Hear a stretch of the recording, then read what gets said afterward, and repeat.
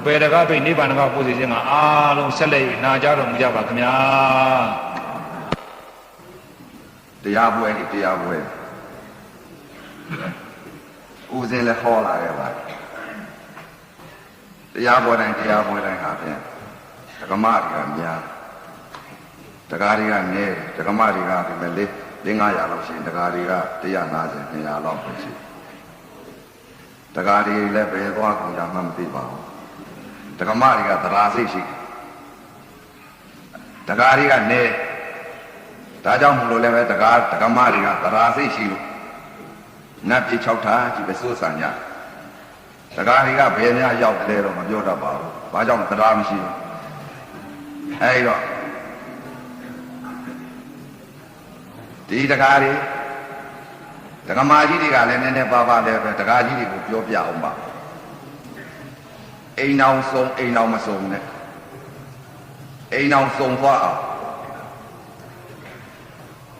ဓမ္မကြီးတွေကတရားကြီးတွေဘယ်လိုပြောရမလဲအိမ်အောင်ဆုံးဖြစ်သွားအောင်ဓမ္မကြီးတွေကလည်းတရားအိမ်ကြတော့တရားကြီးကိုပြန်ပြောပေါ့အေးတို့မြတ်စွာဘုရားသာသနာတော်ကြီးနဲ့မြည်တဲ့အချိန်ခါသမထဝိပဿနာတရားကျင့်ညာအထုံးမှယုံနာဖြစ်ပြသဘာဝသစ္စာတွေသိမှအမှန်မြင်အမှန်သိပါမှဓမ္မတို့ကောင်းတဲ့သုခတိလာကြရမယ်ဓမ္မကြီးတွေကလည်းတရားကြီးတွေပြန်ပြောပေါ့အနှောမလို့ရှိရင်အိမ်အောင်မစုံပဲဖြစ်ကြအိမ်အောင်မစုံအိမ်အောင်စုံအိမ်အောင်စုံကတစ်မျိုးအိမ်အောင်မစုံကတစ်မျိုးအိမ်အောင်မစုံကဘယ်လိုပုံပုံမျိုးလဲဓမ္မကြီးတွေကတော့တရားဌာနဒီမှာတရားနှလုံးကျင့်ညာအထုတ်လို့ဝိပဿနာတရားကိုကျင့်ညာအထုတ်လို့ယုံနာဖြစ်ပြသဘာဝတွေကိုရှုမှတ်စဉ်းသုံးသလို့လောဘကိလေသာဒေါသကိလေသာမောဟကိလေသာတွေသဓမ္မကြီးတွေကတရားကြီးတွေကတော့မဟုတ်ဘူးဓမ္မကြီးကတော့တရားနဲ့ပြောတရားကြီးတွေကတော့မဟုတ်ဘူးဘာနဲ့ပြောနေလဲလောဘတွေဒေါသတွေမောဟတွေဘိုင်းစကုတ်တွေနဲ့ပြောတယ်ဘောလုံးပွဲတွေနဲ့ပြောတယ်လောကီအာယုန်တွေနဲ့ဒါတွေနဲ့ပဲပျော်မြူးပြီးတော့နေကြအဲ့ဒီလိုပုံကိုမျိုးကြတော့ဓမ္မကြီးကတော့သမထဝိပဿနာတရားကျင့်ညာအထုတ်တင်းဒါနဲ့ပျော်ပါပြီးတော့နေတယ်တရားကြီးတွေကတော့လောကီအာယုန်တွေနဲ့ပြောဘောလုံးပွဲတွေနဲ့ဘိုင်းစကုတ်တွေနဲ့လောကီအာယုန်တွေနဲ့ဒါတွေနဲ့ပဲပျော်ပါပြီးနေတော့အဲ့ဒီပုံကိုကြတော့အိမ်တော်မစုံဘူးလို့ခေါ်ဘာကြောင့်အိမ်တော်မစုံလဲတဲ့ဓမ္မကတော့နတ်သမီးဖြစ်တရားကတော့ဖုံးကြတယ်စီအဲ့ဒါအိမ်တော်မစုံတဲ့ပုံတရားကြီးကလည်းဘယ်လိုလဲတဲ့တရားကြီးကလည်းသမထဝိပဿနာတရားကျင့်ညာအထုတ်တင်းတင်းဓမ္မကြီးကတော့ဘယ်လိုဖြစ်ပြန်လဲတရားကြီးကကြောင်းသွားပြီးတော့တရားဌာနဒီမှာလောဘကိလေသာဒေါသကိလေသာမောဟကိလေသာတွေသတ်ကြတရားကြီးကတော့ကြောင်းသွားပြီးတော့ကိလေသာတွေသတ်ပြီးတော့ဒါနဲ့သမထဝိပဿနာတရားနဲ့တင်းတင်းပြီးတော့သူကဒီအာယုန်နဲ့ပဲတည်းအာယုန်ပြုပြီးတော့တခါတည်းနေတယ်လောကကြီးဆက်ဆုပ်ဓမ္မတော့မဟုတ်ပါဘူးဓမ္မကတော့ဘာနဲ့ပြောလဲဘိုင်းစကုတ်ကိုပွားမယ်လောဘအာယုန်ဒေါသအာယုန်ဒါတွေနဲ့ပဲပျော်မြူးပြီးတော့သူ့မှာဒီနေ့လည်းဘိုင်းစကုတ်က2ချိန်လောက်ကြည့်မယ်လောကကြီးမှာအဲ့ဒါနဲ့ပဲလောကီအာယုန်တွေနဲ့ပျော်ကြဓမ္မကြီးကလည်းအဲ့ဒီလိုပျော်မယ်ဆိုလို့ရှိရင်အိမ်အောင်မစုံဘာကြောင့်အိမ်အောင်မစုံလဲဓမ္မကြီးကတော့ဘာဖြစ်မလဲတဲ့အဲ့ဒီလောကီအာယုန်တွေနဲ့နေမယ်ဆိုဘိုင်းစကုတ်တွေနဲ့ပျော်မယ်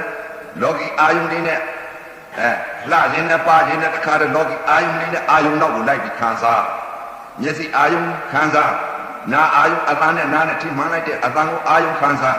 အနအာယုန်ခံစားရတာအာယုန်ခံစားအတွေ့အာယုန်ခံစားမနောအာယုန်ခံစားတရား6ပေါက်ကအာယုန်6ပါးဒလစိုက်ခံစားတော့တာဒုက္ခပဲဓမ္မကြီးက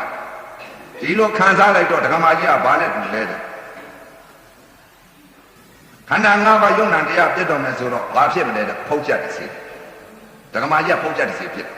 တရားကြီးကတော့ဘာဖြစ်မလဲတဲ့သူကလောဘကိလေသာဒေါသကိလေသာလောကီအာယုန်တွေနဲ့ညှိငွေပြီးတော့ဖ ရားဟောထားတဲ့တရားအတိုင်းသတိပဋ္ဌာန်တရား၄ပါးနဲ့လိုက်ပြီးအတိအမြဲတမ်းထားဘုရားကဘယ်လိုဟောထားတဲ့သတိပဋ္ဌာန်တရားကာယသတိပဋ္ဌာန်ဝေဒနာသတိပဋ္ဌာန်စိတ်ဓာတ်သတိပဋ္ဌာန်ဓမ္မသတိပဋ္ဌာန်ဟောသတိပဋ္ဌာန်တရား၄ပါးဘုရားသတိပဋ္ဌာန်တရား၄ပါးနဲ့လွယ်နိဗ္ဗာန်ရောက်ကြောင်းတရားမရှိတဲ့သတိပဋ္ဌာန်တရား၄ပါးနဲ့ဟောတခါကြီးကတော့သတိပဋ္ဌာန်တရား၄ပါးအတိအမြဲတမ်းတခါ6ပေါက်ကအာယုံ6ပါးကိုအတိအမြဲတမ်းထားပြီးတော့အတိကပြီးတော့လောဘကိလေသာဒေါသကိလေသာမောဟကိလေသာတွေဝေမာဆိုးလို့အမြဲတမ်းအတိနဲ့ကပ်ပြီးတော့ဖြစ်တာပြက်တာယုံနာတို့သဘာဝလက္ခဏာတွေကိုရှုမှတ်ဆင်ခြင်သုံးသပ်တခါကြီးကတခါကြီးခန္ဓာ၅ပါးယုံနာတရားပြက်တော့မယ်ဆိုတော့တခါကြီးကတော့နတ်သားဒကမာကြီးကတော့ဖုတ်ချက်တစ်စီအဲ့ဒီလိုအိမ်တော်ဆုံးအောင်လုပ်ကြပါလို့ဥပဇင်းကအသိပေးပါဘာကြောင့်လဲအိမ်တော်မဆုံးပဲပြက်သွားမှာအတိတ်ကလာတော့ပါရမီပါလာတဲ့ပုဂ္ဂိုလ်ကပါရမီဖြည့်ပဲဆိုတော့မြတ်စွာဘုရားကိုတော်မြတ်ကြီးကြည့်လေဘဝအတင်ချင်းအနန္တဘုရားဖြစ်တော်တဲ့ဒီမှာပါရမီဖြည့်သွားဘာကြောင့်အပေမအစင်းရခံပြီးဒကမာကြီးတွေကလည်းပါရမီဖြည့်အဲ့ဒီတော့အခုလာရောက်တဲ့ဒကာဒကမတွေကလည်းအိမ်တော်ဆုံးဖြစ်တဲ့ချိန်ပါပဲဥပဇင်းကအိမ်တော်ဆုံးဒကမာကြီးကလည်းဖုတ်ချက်တစ်စိမဖြစ်အောင်ဒကာကြီးကလည်းဖုတ်ချက်တစ်စိမဖြစ်အောင်ဒကာကြီးကလည်းနတ်သားဒကမာကြီးကလည်းနတ်သမီးအဲ့တော့မမြင်ဘူးလားလို့တရားမင်းကြီးကဥမာကဆိုတဲ့တရားမင်းကြီးကသူ့ဒကမာတွေအတိတ်ကပါသွားတဲ့ဒကမာတွေကလူပြေကပါသွားတဲ့ဒကမာတွေအကုန်လုံးဟိုအပေါ်မှာရောက်ကြတယ်အဲ့ဒီတော့ဥပဇင်းအသိပေးနေတာကလည်းအခုလာရောက်တဲ့ဒကာဒကမာတွေကပြည့်ကိုယ်ခင်မောတဲ့နတ်ပြည်နတ်သားဖြစ်လို့ရှိရင်ဒကမာကြီးတွေကလည်းနတ်ပြည်လိုက်ဖို့အစင်းလင်းကိုဖြစ်အောင်ဟာကိုကြိုးစားအားထုတ်ကြပါဒါအသိပေးတာအဲ့တော့ဒီကနေ့အပေါ်မှာနောက်ပိတ်ဆုံးညတယ်ဖြစ်ပါလေသေးသေးချာချာသဘောကိုနာကြပါဒါကတော့အခုတရားဟောတယ်ဆိုတာကတော့ပညာဟောမှာပရမတ်ပေါက်ပါဘူးပညာကတော့တင်စားပြီးတော့ပြောရပါလေပညာတင်စားပြီးပြောမှသာလေပရမတ်ပေါက်နိုင်ပါလေအဲ့တော့မနေ့ကတော့ဇာတိတရားကြီးဟောသွားတယ်လက်ဥညတုန်းကအတိမှန်ရဲ့အတိမှားရဲ့မထာဏဟောသွားတယ်ခလည်းညမှာတော့ဇာတိတရားကြီးကိုအကြောင်းအကျိုးကိုဟောသွားပါတယ်ဒီညဘုံမှာတော့သေးသေးချာချာသဘောပေါက်အောင်ကိလေသာတပ်ပုံတွေကိုဟောပြပါမယ်ဘယ်လိုကိလေသာဥပဇင်းကိလေသာတတ်တာပြောတာနော်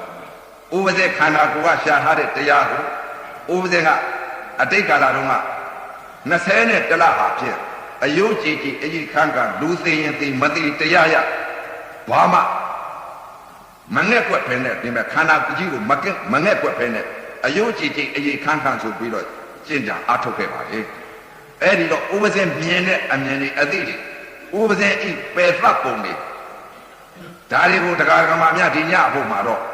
အသိတရားတွေဟောပြပါမယ်အဲ့ဒီတော့အခုလာရောက်တဲ့တရားဓမ္မတွေလည်းဥပဇင်းနဲ့တို့လို့သိနိုင်အောင်လို့ဗုဒ္ဓဘာသာလို့ပြောမှသိနိုင်ကြဗုဒ္ဓဘာသာဆိုတော့ဘာသာလို့ပြောတော့သိမှာလိမ့်မယ်ဒါကြောင့်မို့ဘာသာလို့ပဲဥပဇင်းကလည်းစာမတတ်ပါဘူးအဲ့ဒီတော့အခုလာရောက်တဲ့တရားဓမ္မတွေဥပဇင်းကဓမ္မတကတိကပုဂ္ဂိုလ်လည်းမဟုတ်ပါဘူးဗျာဓမ္မကတိကပုဂ္ဂိုလ်လည်းလို့အယူမမှားကြနဲ့ဓမ္မကတိကပုဂ္ဂိုလ်မဟုတ်ပါဘူးစာလည်းမတတ်ပါဘူးစာမတတ်တာကတော့တရားဓမ္မများ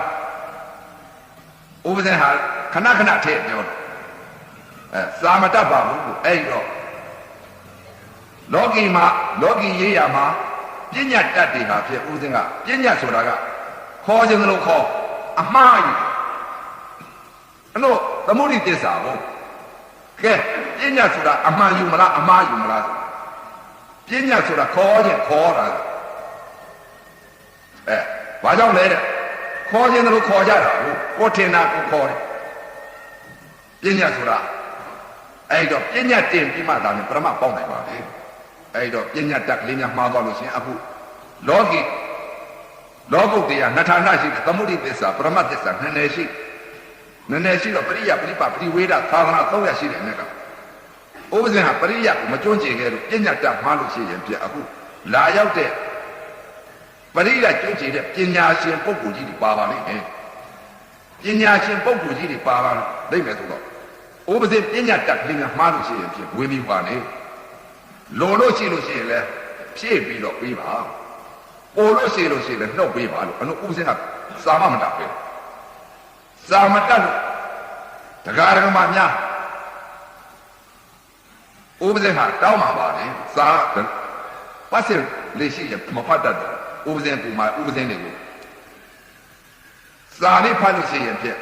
ပတ်စင်ပါလာလို့ရှိရင်ညာတစ်ချမ်းပဲတတ်တာဥပစင်းလေးဗျာတပည့်တော်ဒါဘာခေါ်လဲဘယ်လိုဖတ်ပါလိမ့်မလဲအဲ့ဒီလိုမေးလေမေးရပါလေညာတစ်ချမ်းပဲတတ်ထားတာတော့မှဥပစင်းကမဖတ်တတ်အဲ့ဒါစာတတ်တယ်လို့တော့ဟောနေတယ်လို့ဓမ္မဂတိကလို့တော့မထင်ကြပါနဲ့တရားဓမ္မများခန္ဓာကရှာထားတဲ့တရားတော့အတိတရားတွေလို့တော့ဥပစင်းခန္ဓာကတွေ့တဲ့တရားတွေလို့တော့တရားဓမ္မများဒီညအဖို့မှာအတိဆုံးအောင်တရားဓမ္မများဟောပြခဲ့ဒါသဘောပေါက်အောင်ပြောတာနော်ဘာကြောင့်လဲအတိတရားကိုအတိတရားရဲ့အရှိတရားရဲ့အဲ့တော့သိရမှာကဘာလဲခန္ဓာကိုယ်မှာရှာလိုက်ပြီဆိုလို့ရှိရင်တွေ့ကြပါလိမ့်မယ်ခန္ဓာကိုယ်ရှာမှလာတယ်ရကြပါလိမ့်မယ်ခန္ဓာကိုယ်မရှာဘဲနဲ့ကတော့ရမှာမဟုတ်ပါဘူးအဲ့ဒီတော့အခုဟောနေတာကအသိဟောပါလေအရှိရဖို့အရေးကြီးပါလေအသိဆိုတာကဘာလဲတဲ့အခုပြောရမယ့်ဥစ္စာကိုတရားဓမ္မများအသိတရားတွေပြောအရှိတရားကခန္ဓာမှာရှိပါလေ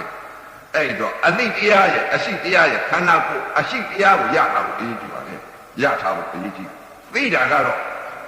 လူတိုင်းပဲသိကြပါလိမ့်မယ်အဲ့တော့အသိတရားရဲ့အရှိတရားရှိထားရင်မကောင်းတာပေါ့လေအသိတရားကတော့လူတိုင်းနဲ့ယုံနာသဘာဝတွေကိုအကုန်လုံးသိကြတယ်ပညာပရမတ်သိကြမသိကြဘူးလားသိကြအဲ့ဒီတော့ရှိထားတဲ့သဘာဝကိုသိဖို့ကြည့်တယ်ပရမတ်ထသဘာဝကိုရှိထားဖို့အရေးကြီးပါတယ်ဒါကြောင့်မို့သဘောကိုပြောပြတာဘာလို့ပညာပြောမှပရမတ်ပေါ်မှာလဲအဲ့ဒီတော့ဘုရားတော်ကတရားတောင်းတဲ့ပုဂ္ဂိုလ်ကလည်းဘုရားတပည့်တော်တို့အမြင်နဲ့မှားခဲ့ပါလေဘုရားကြီးမနိုင်ယောဂီကတရားတောင်းလိုက်တပည့်တော်တို့အတိတ်ကလာတော့ကအမြင်မှားခဲ့ပါလေဗျာအမြင်မှားခဲ့ပါလေ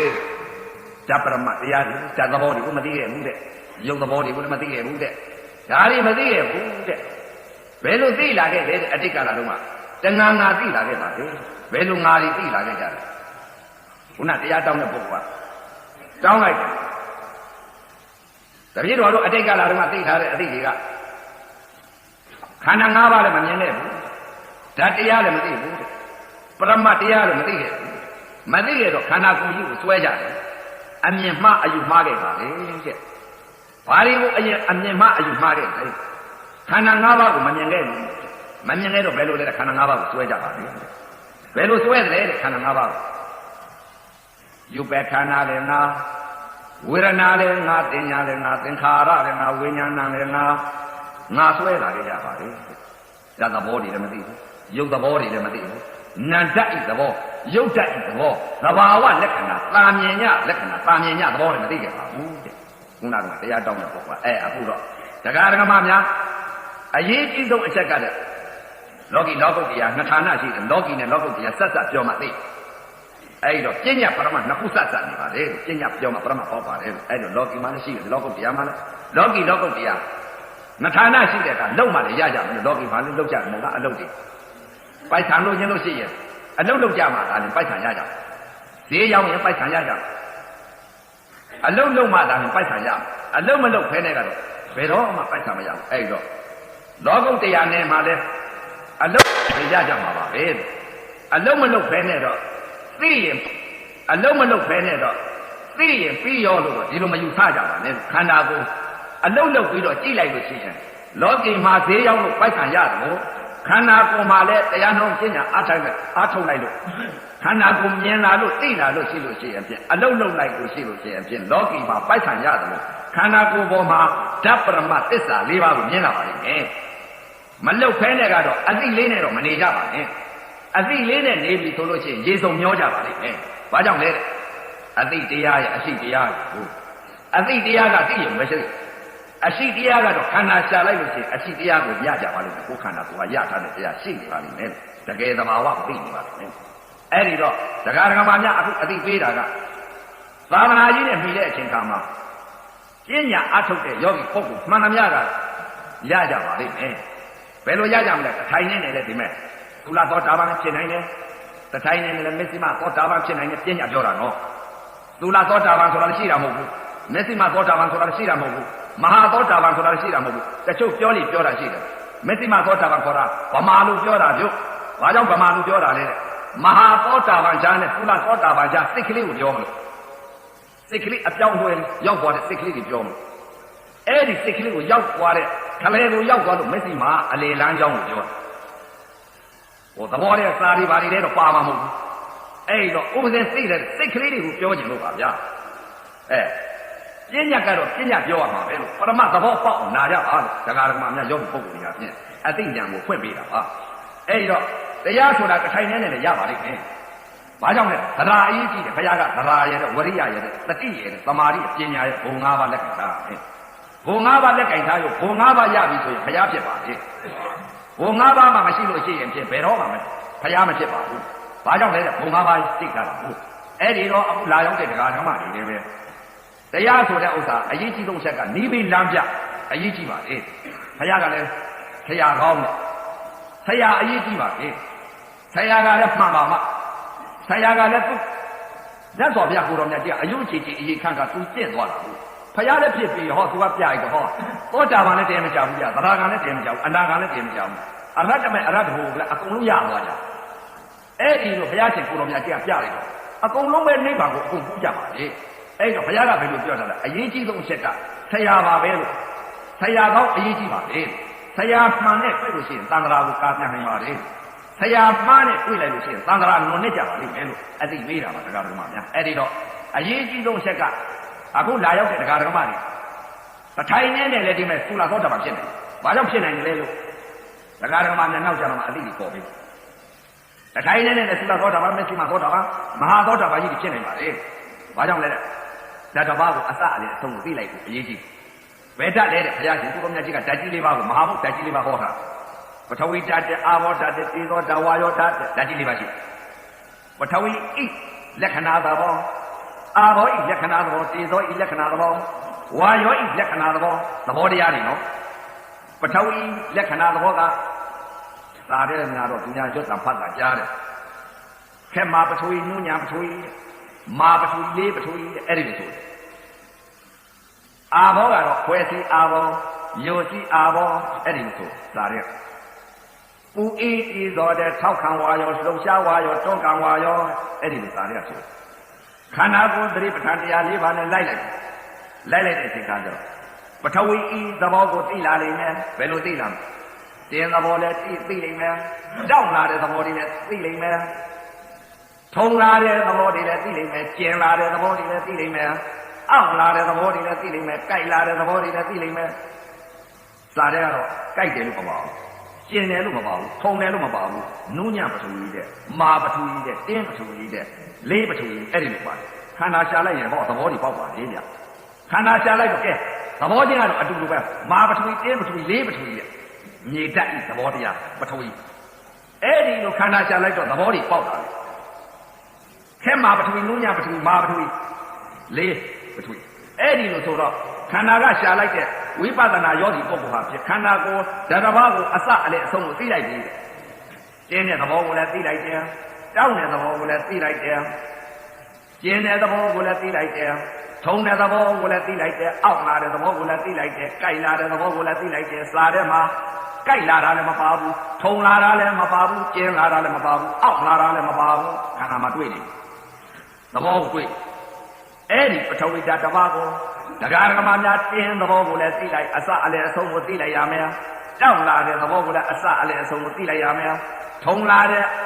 ရုပ်ကိုလည်းအစအလယ်အဆုံးကိုသိလိုက်ရမယ်ကျင်လာတာလည်းအစအလယ်အဆုံးကိုသိလိုက်ရမယ်သဘောလေးကိုသိရမှာနော်တင်းသဘောတောင်းသဘောထုံသဘောအောက်လာတဲ့သဘောကျင်လာတဲ့သဘောကြိုက်လာတဲ့သဘောအဲ့ဒီသဘောကိုသိရအဲ့ဒီပထဝီဓာတ်ဤလက္ခဏာသဘောတင်းတာလေတင်းတာပေါ်လာတော့တင်းတာအစရဲ့အလေအဆုံးရဲ့အစနဲ့အလေနဲ့အဆုံးနဲ့အတိအဆုံးသွားတဲ့သဘောလေးတွေသိရပထဝီဓာတ်တစ်ပါးဟာဖြစ်တင်းတာကပေါ်တင်းတယ်လို့ခံစားတတ်တဲ့နာတင်းတာလည်းပေါ်ပြီးတော့တင်းတာကပြတ်သွားတော့တင်းတယ်လို့ခံစားတတ်တဲ့နာမရှိတော့ဘူးဟောဖောက်ပြန်တဲ့ရုပ်ပဲခံစားတတ်တဲ့နာရဲ့တခြားချင်းဖြစ်ပြီးတခြားချင်းချုပ်သွားဖောက်ပြန်တဲ့ရုပ်ခံစားတတ်တဲ့နာချုပ်သွားပြီတင်းတာကပေါ်ပြီးတင်းတာကပြတ်သွားတောင်းတာကပေါ်လာပြန်ပြီ တောင်းတာပေါ်လာတော့တောင်းတယ်လို့သိတယ်နာဟောပြစ္ဆုတ်ပါပေါ်လာတယ်တောင်းတာလေးသိပြီးတော့တောင်းတယ်လို့လည်းမသတ်မှတော့ဘူးတောင်းတဲ့သဘောလေးကိုခံစားစေတတ်တဲ့သဘောလေးကိုအစအလေအဆုံးကိုလိုက်လိုက်တယ်ဆုံးသွားပြန်ပြီအဲ့ဒီပထဝီဓာတ်တစ်ပါးကိုအစအလေအဆုံးကိုလိုက်လိုက်ပြီးဆုံးသွားတယ်ဆုံးသွားပြီဆိုလို့ရှိရင်ပထဝီဓာတ်တစ်ပါးကုန်စင်သွားပြီတင်းနာကပေါ်တင်းနာပြက်တာလည်းသိလိုက်တယ်တောင်းတာပေါ်လာတော့တောင်းတာပြက်သွားတာလည်းသိလိုက်တယ်တင်းနာပေါ်တင်းနာပြက်သွားတာလည်းသိလိုက်တယ်ထုံနာပေါ်လာတော့ထုံနာပြက်သွားတာလည်းသိလိုက်တယ်ကျင်းနာပေါ်ကျင်းနာပြက်သွားတာလည်းသိလိုက်တယ်အောက်နာပေါ်အောက်နာပြက်သွားတာလည်းသိလိုက်တယ်ကြိုက်တာပေါ်တော့ကြိုက်တာပြက်သွားတာလည်းသိလိုက်တယ်အဲ့ဒီလိုပထဝီဓာတ်တစ်ပါးကိုရှင်းလိုက်ပြက်လိုက်ရှင်းလိုက်ပြက်လိုက်ဒီလိုအစအလေအဆုံးသိလိုက်ပြီဆိုလို့ကျွန်တော်ဓာတ်တစ်ပါးကိုဆုံးသွားတယ်အဲ့ဒီလိုဓာတ်တစ်ပါးကိုဆုံးတစ်ထိုင်နေတယ်အဲ့ဒါဆူလာတော့တာဖြစ်သွားဘာကြောင့်လဲတဲ့ဓာတ်ကြီးလေးပါရှိတဲ့လက်ကပထဝီဓာတ်တစ်ပါးကိုဆုံးသွားတယ်ခန္ဓာကိုသုံးတာလိုက်တော့အစအလေအဆုံးတိုက်တော့ဆုံးသွားတော့အဲ့ဒီပုဂ္ဂိုလ်ကဘာနဲ့တူလဲတဲ့ဓာတ်တစ်ပါးကုံဆုံးသွားပြီဓာတ်တစ်ပါးကုံဆုံးသွားတော့ရောတဲ့ဓာတ်ကြီးလေးပါရှိတဲ့အနက်ကနောက်ကအာဘောလည်းပါတယ်တေသောလည်းပါတယ်ဝါရောလည်းပါတယ်ဘာကြောင့်လဲတဲ့တင်းတဲ့အထက်မှာကြက်တာလည်းပါတယ်ပါဠိလည်းပါတယ်တွန်းတာလေးကန္နာလေးလှုပ်တာလေးလည်းပါတယ်ဗျအဲ့ဒီပထဝီဓာတ်တစ်ပါးကတင်းတာဥဆောင်လာလို့ပထဝီရဲ့လို့ပြောရနောက်ကအာဘောလည်းပါတယ်တေသောလည်းပါတယ်ဝါရောလည်းပါတယ်အဲ့ဒီဓာတ်တစ်ပါးကိုအစအလေအဆုံးကိုသိလိုက်ပြီးတဲ့တင်းတဲ့သဘောလည်းသိလိုက်တယ်တောင်းတဲ့သဘောလည်းသိလိုက်တယ်အစအဆုံးထုံတဲ့သဘောလည်းသိလိုက်တယ်ကျင်းတဲ့သဘောလည်းသိလိုက်တယ်အောက်လာတဲ့သဘောလည်းသိလိုက်တယ်ကြိုက်လာတဲ့သဘောလည်းသိလိုက်တယ်အဲ့ဒီဓာတ်တစ်ပါးကုံဆုံးပါဩငါခန္ဓာပြတ်တော့မယ်ဆိုရင်ငါသိတော့မယ်ဆိုရင်ဒီရုပ်နဲ့ဒီနာဒီလိုပဲဖြစ်ပြီးဒီလိုပဲပြည့်ရမှာပါလားလို့အဲ့လိုသိလိုက်တယ်ဩပထဝီဓာတ်တစ်ပါးဆုံးသွားအဲ့ဒီလိုပထဝီဓာတ်တစ်ပါးဆုံးသွားတဲ့ပုဂ္ဂိုလ်အပြင်ဩငါခဏသိကြည့်ပြီးပါပြီလား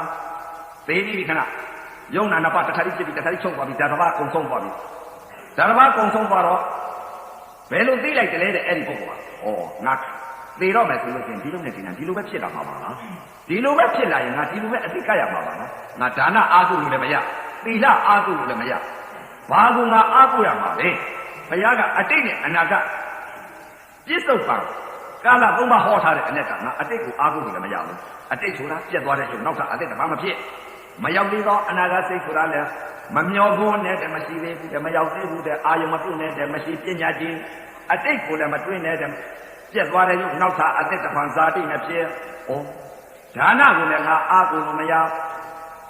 ကုသိုလ်ကိုလည်းလှမ်းပြီးတော့ငါအာယုံပြုလို့လည်းမရမရှိပညာချင်းပါရှိတဲ့သဘောကဘာလဲဖောက်ပြန်တဲ့သဘောခံစားတတ်တဲ့သဘောနာယုတ်တာရှိပါလားငါသိရင်ဘယ်လိုအာဟုရမလဲစိတ်ကလေးဘယ်လိုထားသိရမလဲဩယုံနာဖြစ်လာပြီဆိုရင်ငါဒီလိုပဲအသိကပြီးတော့ဒီလိုပဲယုံနာနှစ်ပါးတထတိဖြစ်ပြီးတထတိငါချုပ်ရတော့မှာပါလားလို့ပြစ္ဆုတ်ပါအာဟုလိုက်အဲ့ဒီပုဂ္ဂိုလ်ဟာဒီမဲ့အတိမြဲသွားတယ်အဲ့ဒီပုဂ္ဂိုလ်ကဘာလဲတဲ့သုလာသောတာပန်ဖြစ်သွားတယ်ဧကရိဇသုလာသောတာပန်နဲ့သတ္တခတ်တို့သုလာသောတာပန်မဟုတ်ဘူးဓာတ်တစ်ပါးကိုပုံစံအောင်သိလိုက်ဓာတ်တစ်ပါးကိုဘယ်လိုပုံစံအောင်သိလဲအနိစ္စသဘောလည်းသိလိုက်တယ်ဒုက္ခသဘောလည်းသိလိုက်တယ်အနတ္တသဘောလည်းသိလိုက်တယ်အဲ့ဒါပုံစံအောင်သိလိုက်တဲ့ဧကရိဇမဟာသောတာပန်တော့မဟုတ်ဘူးသုလာသောတာပန်ပဲရှိတယ်ဓာတ်တစ်ပါးပုံစံအောင်သိလိုက်တယ်အဲ့ဒီပုဂ္ဂိုလ်ဟာဘာလဲတဲ့ဓာတ်တစ်ပါးပုံစံအပယ်လွတ်သွားတယ်ဘာကြောင့်တေဂာနိဆဲတဲ့သူကပြစ္ဆုတ်ပံဒါပဲအာဟုတော့အဲ့ဒါကြောင့်မလို့တထိုင်နဲ့လည်းတရားဓမ္မများသဘာရှိနေတထိုင်နဲ့အပယ်လွတ်တယ်လို့ပြောတယ်ဘာကြောင့်လဲရုပ်ဝေဒနာအစလည်းအဆုံးကိုအတိလေးဆုံးတဲ့နေရာလေးရောက်သွားပြီဘုရားကဟောထားတဲ့ဥပဒေထီးတဲ့ပင်နဲ့အဲ့ဒီလိုဟောတာအစွန်းမြောင်ကြည့်ရုပ်ဝေဒနာအစအလည်းအဆုံးကိုရောက်သွားတော့အစွန်းမြင်သွားတယ်ဟောဒုက္ခနဲ့ဒုက္ခဒါပါလားလူသိသွားကာယသတိပဋ္ဌာန်ကနေပြီးဝေဒနာသတိပဋ္ဌာန်သိကြောက်သွားဝေဒနာသတိပဋ္ဌာန်ကဝေဒနာတွေဓာတ်ကြီးပါကုံဆုံးသွားတော့စိတ်ဓာတ်သတိပဋ္ဌာန်ရောက်တယ်စိတ်ဓာတ်သတိပဋ္ဌာန်တစ်ချိန်တစ်ခါရောက်ပြီးတဲ့ပုဂ္ဂိုလ်ဘယ်တော့မှအပေလေးပါမသိဘူးပရမသစ္စာဖြစ်သွားဒီလိုမှမရောက်ဘူးတဲ့ပုဂ္ဂိုလ်ဟာဖြင့်ဘယ်သေကံကြီးဆက်လက်ငါတတ်မှာကြီးပေါ့ရုပ်ဝေဒနာအစလည်းဆုံးအသိမှဆုံးတာမှသူမသိမှမသိပဲနာမ်လေးကအပြင်မဲ့ထွက်မှာပေါ့သေကံကြီးဆက်ဆက်ကျတော့အာကိုစရာမရှိဘူးအာကိုစရာမရှိတော့အာကိုမိအာကိုရဘာလေးအာကိုလဲငါတို့လှူထားတာပဲဘယ်သွားမလဲဒီလိုဒါနကိုအာကိုလဲခရားကတော့ဟောထားတယ်အတိတ်ကိုမတွေးနဲ့လှူထားတဲ့သေရနာကြီးကံပဲကံတော့ပေါ်မှာပဲဒါနကတော့ရပါအဲ့ဒီပုရုษများဟာဘာအာကိုလဲတို့လှူထားတာဘယ်သွားမလဲဒီလိုယူဆတို့ကုသိုလ်တွေပေါ့လူယူဆလူလိုက်တဲ့စေရနာကံကတော့ရမှာပဲအဲ့ဒီတော့တရားဓမ္မများဒီကံတွေကတော့ရကြမှာပဲလို့အဲ့ဒီတော့နောက်ထပ်ဒါနကိုတို့လှူထားတာပဲလို့ပြန်ပြီးတော့တွေးလိုက်လို့ရှိရင်အတိတ်ကိုတွေးတယ်လို့ခေါ်တယ်အတိတ်စိတ်တို့လှူထားတဲ့ဒါနကုသိုလ်တွေရမှာပဲလို့ကုသိုလ်ကိုအာယုလှမ်းပြုလိုက်တဲ့ဥစ္စာမရောက်သေးဘူးကာမဘော်သေးဘူးကာမဘော်သေးတဲ့ဟာကိုအာယုလှမ်းပြုလိုက်တာအနာကပြစ္ဆုတ်ပံကိုတော့မသိတော့ဘူးမသိတော့အဲ့ဒီမှာအတိတ်နဲ့အနာကအာဟုတုံလုပ်ပြီးပဲဆင်းသွားတယ်ဒါကြောင့်ပုထုဇဉ်များဟာအပယ်လေးပါလွတ်နေတော့အမတန်ခဲရင်ပါလေပြောဘာကြောင့်လဲပြစ္ဆုတ်ပံနာရုပ်ကိုမသိဘူး အဲ့ဒီတော့အခုလာရောက်တဲ့ဒကာတော်မတွေတထိုင်နဲ့ဟာအပေလွတ်အောင်ကြိုးစားပြီးတိုက်ကြပါလို့ဒါတပါကုံစင်အောင်သိလိုက်ပြီဆိုလို့ရှိရင်ငါသိရင်ဟဲ့သပိတ်မှတော့ကြတယ်လို့သာသမီတွေမှားထားခဲ့နိုင်ပါလေသဘောပေါက်အောင်ပြောတာပါအဲ့ဒါဒါတပါကိုကုံစင်အောင်သိတဲ့သဘောကိုပြောပြတာအပေလွတ်ပုံကိုပြောပြအဲ့ဒီတော့ဒါတပါကိုသိတဲ့စိတ်တော့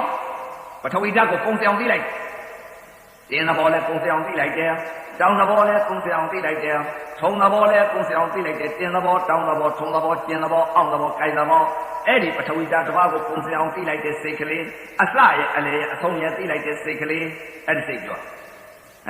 ာကုံစင်အောင်သိလိုက်ပြီငါလည်းပြစ္ဆုတ်ပါအားကိုလိုက်ပြီတရင်ကယုံနာချုပ်ကုန်တော့တရင်ကမဲ့လည်းရသွားပြီယုတ်ဝေဒနာအစအလေအဆုံးနဲ့သိလိုက်ပြီဥပဖြီးပင်ဆိုတော့ပင်ဆုံးကိုလည်းမြင်လိုက်ပြီဒုက္ခနဲ့ဒုက္ခကိုလည်းသိလိုက်ပြီစိတ်ကလေးပြောတာနော်ခန္ဓာကိုယ်ကရှာတဲ့ပထဝီဓာတ်ဤသဘောကိုအနိစ္စသဘောနဲ့ဒုက္ခသဘောအနတ္တသဘောကိုလည်းလက္ခဏာကြီးသုံးပါးလည်းဒီဓာတ်တစ်ပါးတည်းကနေပြီးတော့အကုန်သိလိုက်ဘယ်လိုသိလိုက်လဲတင်းတဲ့ဘဝကတစ်မျိုးတောင်းတဲ့ဘဝကတစ်မျိုးထုံတဲ့ဘဝကတစ်မျိုးကျင်တဲ့ဘဝကတစ်မျိုးအောင့်တဲ့ဘဝကတစ်မျိုးကြိုက်တဲ့ဘဝကတစ်မျိုးခဏပြက်နေတဲ့ယုံနာပါလားဒီယုံနဲ့ဒီနာအနိစ္စသဘောပါလားဒီယုံနဲ့ဒီနာဖြစ်လာရင်ဝေဒနာတွေပါလားဒုက္ခတရားကြီးပါလားဖြစ်ပြနေတဲ့ယုံနာကလည်းအနိစ္စသဘောကလည်းဒီယုံနဲ့ဒီနာဖြစ်ပြနေတဲ့ယုံနာကလည်းဝေဒနာတွေပါလားဒုက္ခတရားကြီးပါလားဒီယုံနဲ့ဒီနာသူ့သဘောနဲ့သူဖြစ်လိုက်ပြက်လိုက်နေတာသူ့သဘောသာရှိပါလားပူရာကလည်းသူ့သဘောတင်းနာကလည်းသူ့သဘောသူဆောင်နေတဲ့ယုတ်ဓမ္မနန္ဓမ္မပါလားလို့အနိစ္စဒုက္ခအနတ္တဟောဒီဝေဒနာဘောမြင်လိုက်လက္ခဏာသုံးပါးလည်းမြင်လိုက်အဲ့ဒီလိုမြင်လိုက်တော့တခါတည်းအပယ်လွတ်တာဘာကြောင့်လဲဒါတစ်ပါးကိုအစအလေအဆုံးကိုသိလိုက်တာအဲ့ဒါပါလေကေကပိစသုလာဘောဓဘာလို့ခေါ်မခေါ်တာဘူးပြညာတမှားတော့လို့ရှင်ဝေမင်းကြတယ်အဲ့ဒါတခါတခါမှများအပယ်လေးပါလွတ်တဲ့စိတ်ကိုပြောပြအဲ့ဒါကဒါတစ်ပါးကိုကုံစင်အောင်သိတဲ့စိတ်နော်အဲ့ဒီစိတ်ကလေးကနေပြီးတော့အဲ့ဒီစိတ်တဲ့မြင့်မြတ်တဲ့စိတ်ကိုပြောင်းကြအောင်အခုစိတ်ကဒါတစ်ပါးကိုကုံစင်အောင်သိတဲ့စိတ်နောက်ဟာအဲ့ဒီကြားတဲ့ကိုရောက်သွားတယ်ဓာတ်ကြီးလေးပါကုံစင်အောင်သိတဲ့စိတ်ဘာကြောင့်လဲခန္ဓာကိုယ်တမာရီရတယ်ကောင်းတာလေဒါတစ်ပါးကုံစင်အောင်ရုပ်ဝေဒနာအစအလေအဆုံးကိုသိပြီးတော့ဆုံးသွားတော့အတိလေးဆုံးသွားတဲ့နေရာလေးရောက်သွားတော့ကုံစင်အောင်မဲနောက်လိုက်တော့အဲ့ဒီတော့ပထဝီတက်လာပြန်တော့လည်းအစအလေအဆုံးလိုက်တယ်အာဘောဓတက်လာပြန်တော့လည်းကြက်ထာကြီးပေါ်လာတော့ကြက်ထာအစအလေအဆုံးဖွဲ့စည်းတာပေါ်လာတော့ဖွဲ့စည်းတာအစအလေအဆုံးယိုစည်းတာပေါ်တယ်ယိုစည်းတာအစအလေအဆုံးမိလိုက်ပူရာပေါ်တော့ပူရာအစအလေအဆုံးအေးတာပေါ်တော့အေးတာအစအလေအဆုံးလှုပ်တာပေါ်တော့လှုပ်တာအစအလေအဆုံးတွန်းတာပေါ်တော့တွန်းတာအစအလေအဆုံးကန္နာပေါ်တော့ကန္နာအစအလေအဆုံးဟောဓာတ်ကြီးလေးပါကုံဆောင်သိလိုက်အဲ့ဒီဓာတ်ကြီးလေးပါကုံဆောင်သိလိုက်တဲ့စိတ်အဲ့ဒါကဘာလဲတဲ့ဘုနာတော်ကစိတ်ကလေးကဓာတ်တစ်ပါးကိုကုံဆောင်သိတာပထဝီဓာတ်တစ်ပါးကိုကုံဆောင်သိလိုက်တဲ့စိတ်အခုဓာတ်ကြီးလေးပါကိုကုံဆောင်သိလိုက်တဲ့စိတ်ဘာကြောင့်လဲတဲ့ပထဝီသဘောနဲ့သိလိုက်အာဘောသဘောနဲ့သိလိုက်အေဇောသဘောနဲ့သိလိုက်ဝါယောသဘောနဲ့သိလိုက်တွန်းသဘောဒီကံသဘောဒီညင်ဝှက်ပြပြနေတဲ့သဘောဒီခန္ဓာကိုရှာလိုက်တော့အကုန်သိလိုက်ကုံဆောင်အောင်သိလိုက်တဲ့ဓာတ်ကြီးလေးပါဓာတ်ကြီးလေးပါကိုကုံဆောင်သိလို့ခဏပြက်နေတဲ့ယုံနာကိုလည်းသိလာတော့အဲ့တော့ခုနဓာတ်တစ်ပါးကိုကုံဆောင်သိတဲ့စိတ်ကအခုတခါစိတ်ကတခါပြန်ပြီးတော့ဓာတ်ကြီးလေးပါကုံဆောင်သိတဲ့စိတ်ကစိတ်ချင်းတူတယ်အသိရင်းနဲ့တူလို့ခုနာကြဦးဇင်းကကိုယ်စိတ်ကိုစစ်လာလို့ပြောတာအဲ့ဒီဓာတ်ကြီးလေးပါကုံဆောင်သိလိုက်တဲ့စိတ်ကမက်စိမလို့ခေါ်တယ်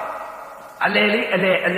ေမဟာသောတာပန်ဈာနဲ့မဟာသောတာပန်နဲ့သုလသောတာပန်ဈာလေးရောက်သွားလို့ရအဲ့ဒါမက်စိမလို့ခေါ်တာနော်ပညာကတော့ခေါ်တယ်လို့ခေါ်မှန်သလားမမှန်ဘူးမက်စိမလည်းမှန်ခလေကိုစိတ်ကလေးတွေသဘောလေးကိုပေါက်ပေါအောင်အဲ့ဒါပြောတာအဲ့တော့ဓာတ်ကြီးလေးပါကုံဆောင်သိလိုက်တဲ့စိတ်ကိုပြောတာနော်အဲ့တော့ပထဝီဓာတ်လည်းကုံဆောင်သိလိုက်တယ်အာဘောဓာတ်လည်းကုံဆောင်သိလိုက်တယ်ဝါယောဓာတ်လည်းကုံဆောင်သိလိုက်တယ်တေဇောဓာတ်လည်းကုံဆောင်သိလိုက်တယ်ဓာတ်ကြီးလေးပါအစအလေအဆုံးကုံဆောင်သိလိုက်တဲ့စေအဲ့ဒါကမက်စိမသောတာပန်ကိုခေါ်တယ်သူတို့ကလည်းအပယ်မလို့သာပယ်လို့တာပေါ့သူကလည်းဟိုဓာတ်တစ်ပါးကုံဆောင်သိတဲ့ပုဂ္ဂိုလ်တောင်လွတ်သေးတာသူကသဘောပေါက်သွားအဲ့ဒီလိုဓာတ်ကြီးလေးပါကိုကုံဆောင်သိလိုက်တဲ့စိတ်ကနေပြီးတော့ဓာတ်ဒီကိုပေါက်သွားပြီပထဝီဓာတ်လည်းသိပြီ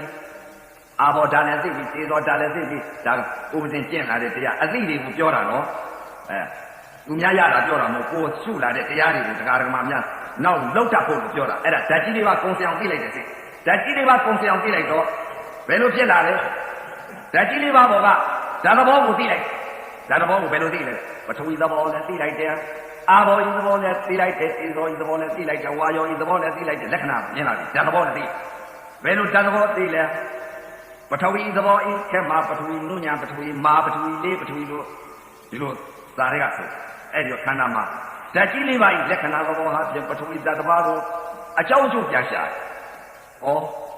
နုညပထဝီဟာဘာကြောင့်နုညရသလိုလို့ပြန်ရှိရှားတယ်။စာရဲကဆိုတာကိုစာရဲကနုညပထဝီခက်မှာပထဝီမာပထဝီလို့ပြောဆိုတယ်။ခန္ဓာမှာရှားလိုက်တော့နုညပထဝီတွေ့နေပြီနုညစိတ်ဝဲတဲ့သဘောတရားလေးတွေ့နေပြီတွေ့နေတော့ဒီနုညပထဝီကဘာကြောင့်နုညနေရဟုတ်ဒီလိုပြန်ရှာ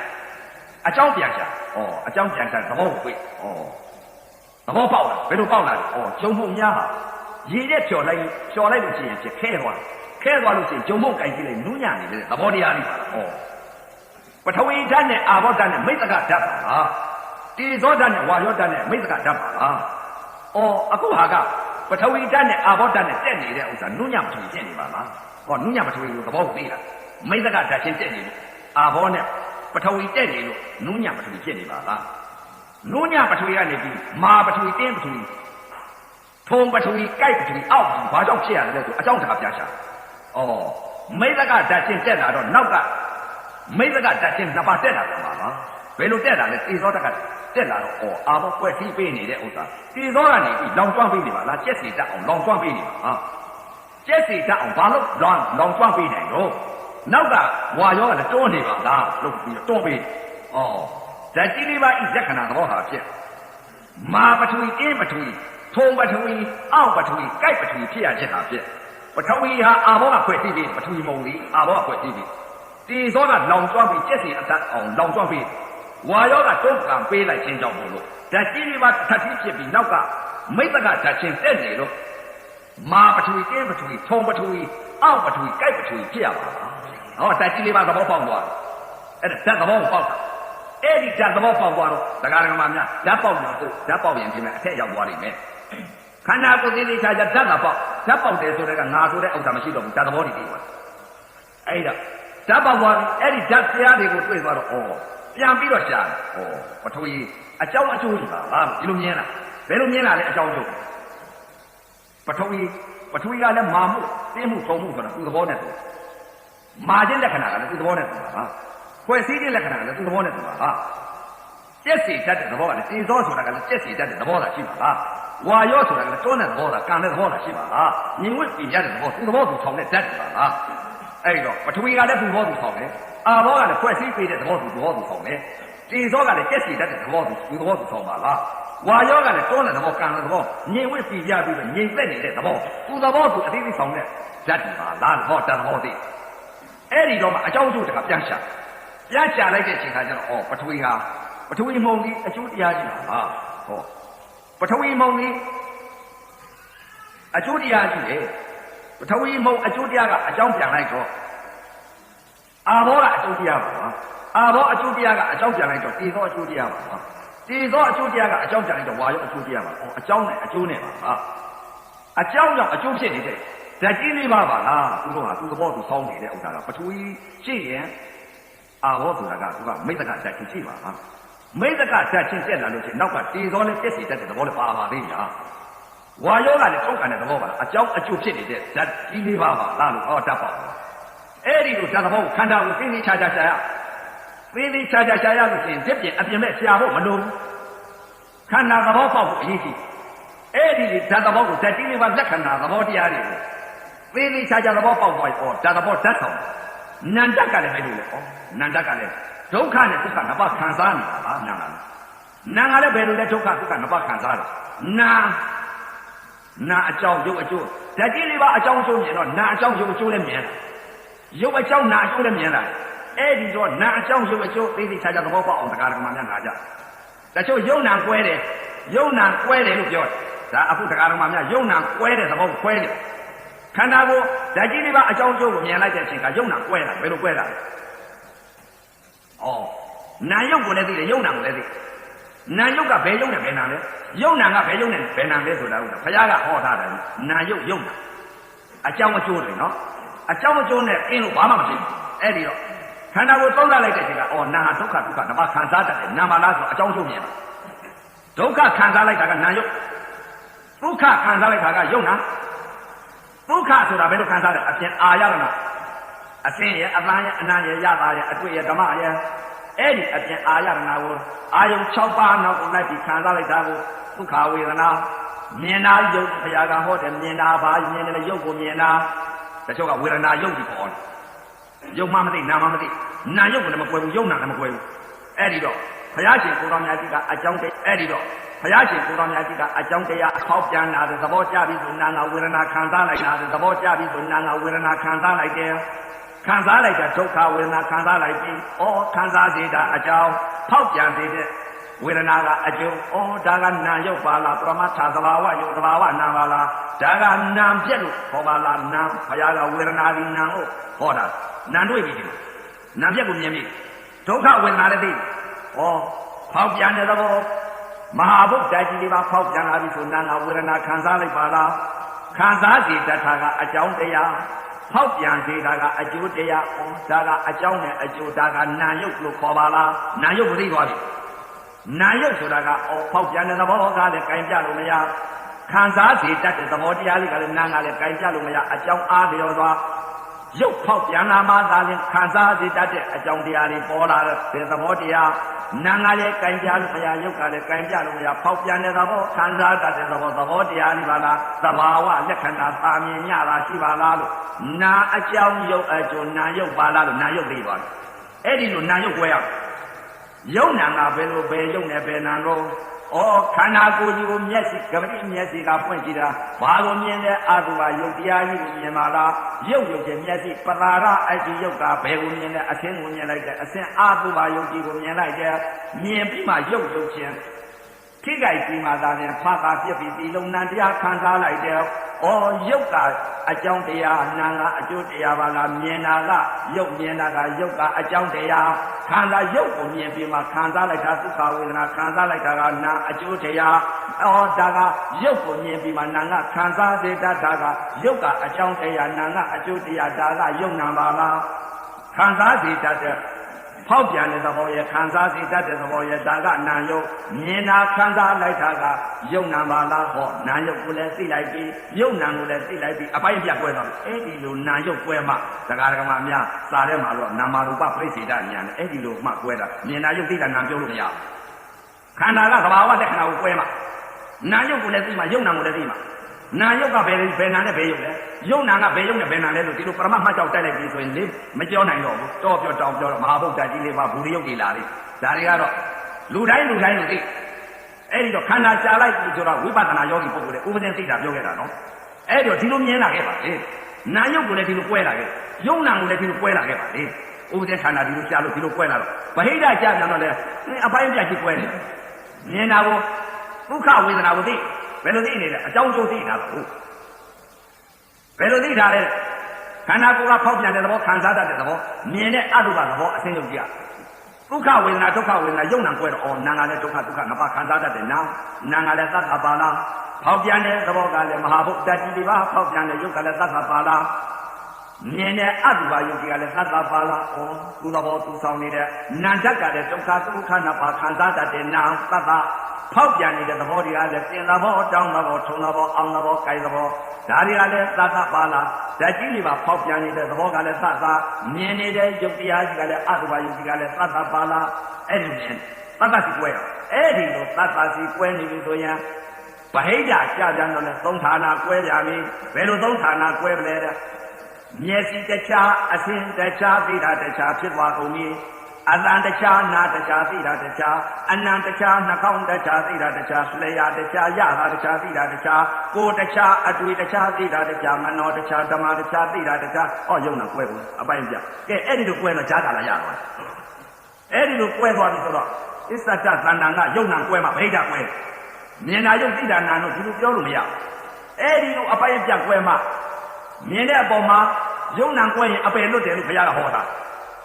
အဲ့ဒီလိုကွဲသွားပြီဆိုတော့အစ္ဆတသန္တန်ကယုံနာကွဲမှဗိဓာကွဲမြင်တာယုံသိတာနာတို့ဒီလိုပြောလို့မရအဲ့ဒီလိုအပိုင်းပြကွဲမှမြင်တဲ့အပေါ်မှာယုံနာကွဲရင်အပယ်လွတ်တယ်လို့ဘုရားကဟောတာအဲ့ဒီလိုဟောတာတော့မြင်တဲ့အပေါ်မှာအသိစိတ်တွေကဖြစ်ယုံနာပါလားဒုက္ခနှစ်ပါးခံစားပါလားဆိုအတိတ်ကပြုတ်ထားတဲ့ကံနေမရှိတော့အဲ့ဒါကယုံနာကွဲတဲ့သဘောကိုအကြောင်းကျိုးမြင်တဲ့သဘောကိုပြောတာတရားဓမ္မများအဲ့ဒီတော့ခန္ဓာယုံနာကွဲသွားတော့ဗဟိတကြာပြန်တော့ယုံနာပိုင်းပြသုံးဌာနကြီးကွဲတယ်အစ္ဆတသန္တာနဲ့သုံးဌာနကွဲဂျာကာလာလေးရသေဂာနိစေစေဒီဂျာကာလာလေးတော့မလို့ ဝေဒနာတဏှာမကူတော့ဘူးသတ္တစီဖြစ်နေတော့အဲ့ဒါကြောင့်မို့အပယ်လေးပါလွတ်တယ်လို့ပြောတယ်ဈာကာလမှမရလို့ဝေဒနာနာတာကြီးသိရင်၄ပဲ၆ဆင်းရမှာဘာကြောင့်လဲဈာကာလမှမရရုပ်နာမှမကွဲပဲ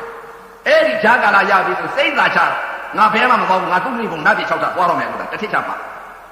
ဒါကြောင့်မလို့ဒါကယုံနာသဘာဝကွဲတာအဲ့ဒါဓာတ်ကြီးလေးပါကိုလည်းအကြောင်းကျိုးမြင်ပြီးယုံသဘာဝနာသဘာဝကိုလည်းအပိုင်းပြဒုက္ခဒုက္ခနှစ်ပါးခံစားတတ်တဲ့နာနဲ့ကွဲသွားတယ်ကွဲသွားတော့ခန္ဓာမှာဘုရားဟောထားပါလားသမာဓိကလည်းကောင်းသမာဓိကကောင်းလာတော့ယုံသဘာဝနာသတ္တစီဖြစ်နေတော့ဆင်ញင်တဲ့ခန္ဓာကိုယ်မှာဓာတ်ကြီးလေးပါကိုလည်းဆင်ញင်လိုက်နာမ်ပေါ်မှာလည်းဆင်ញင်လိုက်ယုံနဲ့နာနဲ့တွဲဆင်ញင်လိုက်ဘယ်လိုဆင်ញင်လိုက်ဒုက္ခဒုက္ခဆင်ញင်တယ်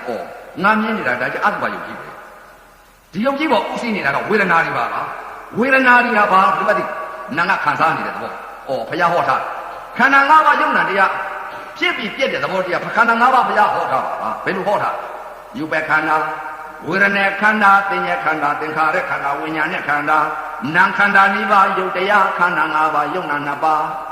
ခန္ဓာ၅ပါးယုံနာတရားဖြစ်ပြီးပြည့်တဲ့သဘောတရားဘုရားဟောထားတယ်တစ်မှန်ပါလားဘုရားတွေ့ပြီဘုရားမြင်ပြီဘုရားကိုယုံကြည်ပြီဘာကြောင့်လဲခန္ဓာတရားတွေ့တာဟုတ်ခန္ဓာတရားတွေ့တော့ဘုရားကိုမြင်ပြီဘုရားဟောထားတဲ့ဒေသနာစဉ်တွေကိုတရားတွေတွေ့ပြန်ဘုရားဟောထားတဲ့တရားပါယူပဲခန္ဓာဝေဒနာခန္ဓာသင်ညက်ခန္ဓာသင်္ခါရခန္ဓာဝိညာဉ်နဲ့ခန္ဓာနာခန္ဓာလေးပါးလည်းမြင်ပြီယူပဲခန္ဓာဘုရားဟောထားတာငါမြင်အခုမျက်စိကမြင်နေတာကယူပဲခန္ဓာယူတရားယူပါလားဒါကြီးအတုပါယုံကြည်ပါလားဆင်းရဲပြီဒီပေါ်ဥသိနေတာကဖောက်ပြန်တဲ့သဘောကပါလေယုတ်တရားပါလားဖောက်ပြန်တဲ့သဘောဖြစ်လာပြီဆိုနာနာဝေဒနာခံစားလိုက်ပါလားမြင်တာကယူပဲခန္ဓာခံစားနေတာကဝေဒနာခန္ဓာအမှတ်တင်ညာပေးနေတာကသင်ညက်ခန္ဓာပြုပြင်စီရင်ပေးနေတာကသင်္ခါရခန္ဓာဝိညာဏံလေးကတော့ခံစားပြီးပြတ်သွားပါလားမြင်တာကတော့ယူပဲခန္ဓာအတုပါယုတ်ကြည်ဖောက်ပြန်တဲ့သဘောနာကခံစားနေတာကဝေဒနာခန္ဓာနာပေါင်းကြီးကကြိုက်လိုက်တာခြေစလုံးကထုံလိုက်တာခါကြီးကကြိုက်လိုက်တာကိုကြီးကပူလိုက်တာဆိုသင်ညက်ခန္ဓာကသင်ညာပေးနေပါလားသင်ညာပေးနေလို့သင်္ခါရခန္ဓာကနေပြီးပြုပြင်စီရင်ပေးလိုက်တဲ့ຢာကစိတ်ကဲဒေါသစိတ်ကဲမောဟစိတ်တွေဖြစ်သွားပါလားဝိညာဏံလေးကတော့ခံစားပြီးပြတ်ပါလားအကြောင်းကြောင့်အကျိုးဖြစ်နေတဲ့ခန္ဓာ၅ပါးယုံနာတရားပါလားအကြောင်းသင်ညာလိမ့်လိုက်လို့အကျိုးຢာကဒေါသမောဟဒီစိတ်ကြီးဖြစ်ပြီးတော့ငါအပယ်လေးပါဆင်းရတဲ့ခန္ဓာကြီးဖြစ်ရပါလားလို့ဒီမှာမိပြီးသခိုးဝေဒနာဘောကသိုးပြီးအပယ်လေးပါသွားထိတတ်တဲ့ကံမြင်ပြီးဘာကြောင့်မြင်တယ်လဲတဲ့မေးစရာအကြောင်းရှိခန္ဓာ၅ပါးကိုတွေးတော့ဘုရားဟောထားတဲ့တရားခန္ဓာ၅ပါးကိုမြင်လို့ခန္ဓာ၅ပါးမြင်လို့ဒီမှာသွားပြီးအကြောင်းကျိုးကိုဆက်ထပ်အကြောင်းအကျိုးကြောင့်မို့လို့သင်ညာကလိန်လိုက်လို့အကျိုးຢာကစိတ်ဒေါသစိတ်မောဟစိတ်ဖြစ်ပြီးတော့ຢာကစိတ်ဆိုတာပိဋကခန္ဓာဒေါသစိတ်ဆိုတာငရဲခန္ဓာမောဟစိတ်ဆိုတာတိရစ္ဆာန်ခန္ဓာပါလားဆိုတာအပယ်လေးပါခံရမယ်ကံလေးကိုမြင်ပါပြီဗျဝေဒနာဘောကဘုရား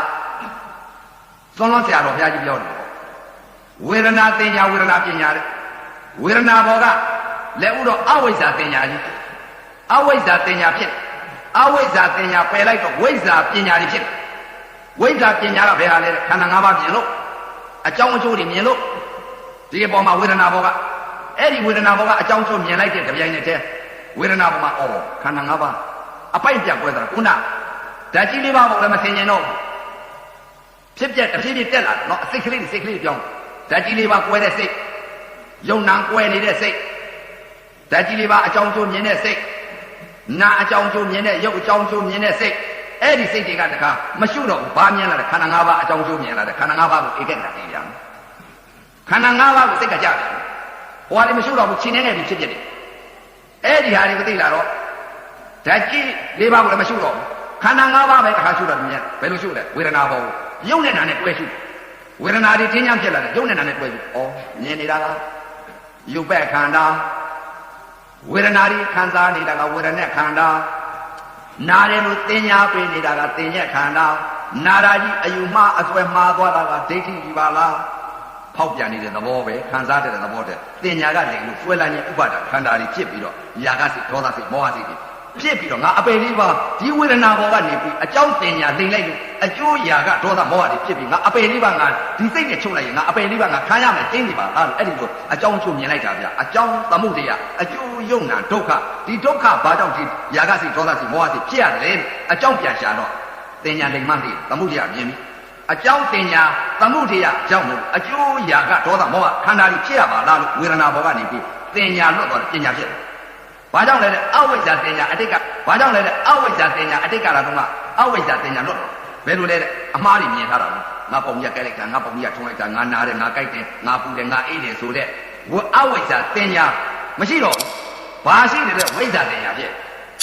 ဩခန္ဓာ၅ပါးသာဖြစ်လာတယ်ခန္ဓာ၅ပါးသာပြက်ပါလားလို့အဲ့ဒီလိုသိအဲ့ဒီလိုကြည့်တော့ခန္ဓာကိုယ်တွေကဓာတ်ကြီးလေးပါဝေဒနာဘောကနေပြီးတော့အကြောင်းတင်ညာနေလိုက်လို့အကျိုးရာကဒေါသမောဟဖြစ်ပါလားဆိုတော့အကြောင်းတင်ညာကိုဝေဒနာဘောကနေပြီးတော့ဓာတ်ကြီးလေးပါဖောက်ပြန်တဲ့ဝေဒနာဘောကနေပြီးအကြောင်းတင်ညာကိလေသာပယ်လိုက်အကျိုးရာကဒေါသမောဟခန္ဓာတွေချုပ်ဝေဒနာတွေရတယ်ခန္ဓာ၅ပါးသာဖြစ်တယ်ခန္ဓာ၅ပါးသာဖြစ်တော့ဝိဇ္ဇာပညာဖြစ်ခေါ်အတိတ်ကခေါ်ဝသမုဋ္ဌာတဲ့ဝိဇ္ဇာအဝိဇ္ဇာတင်ညာလွတ်သွားဘာတင်ညာကျမ်းနေလဲဝိဇ္ဇာတင်ညာဝိဇ္ဇာပညာဖြစ်အဲ့တော့ခန္ဓာ၅ပါးယုံနာတရားဖြစ်ပြီးပြည့်တဲ့သဘောတရားပဲလို့ဒီလိုသိဝေဒနာတွေပဲလို့ဖောက်ပြန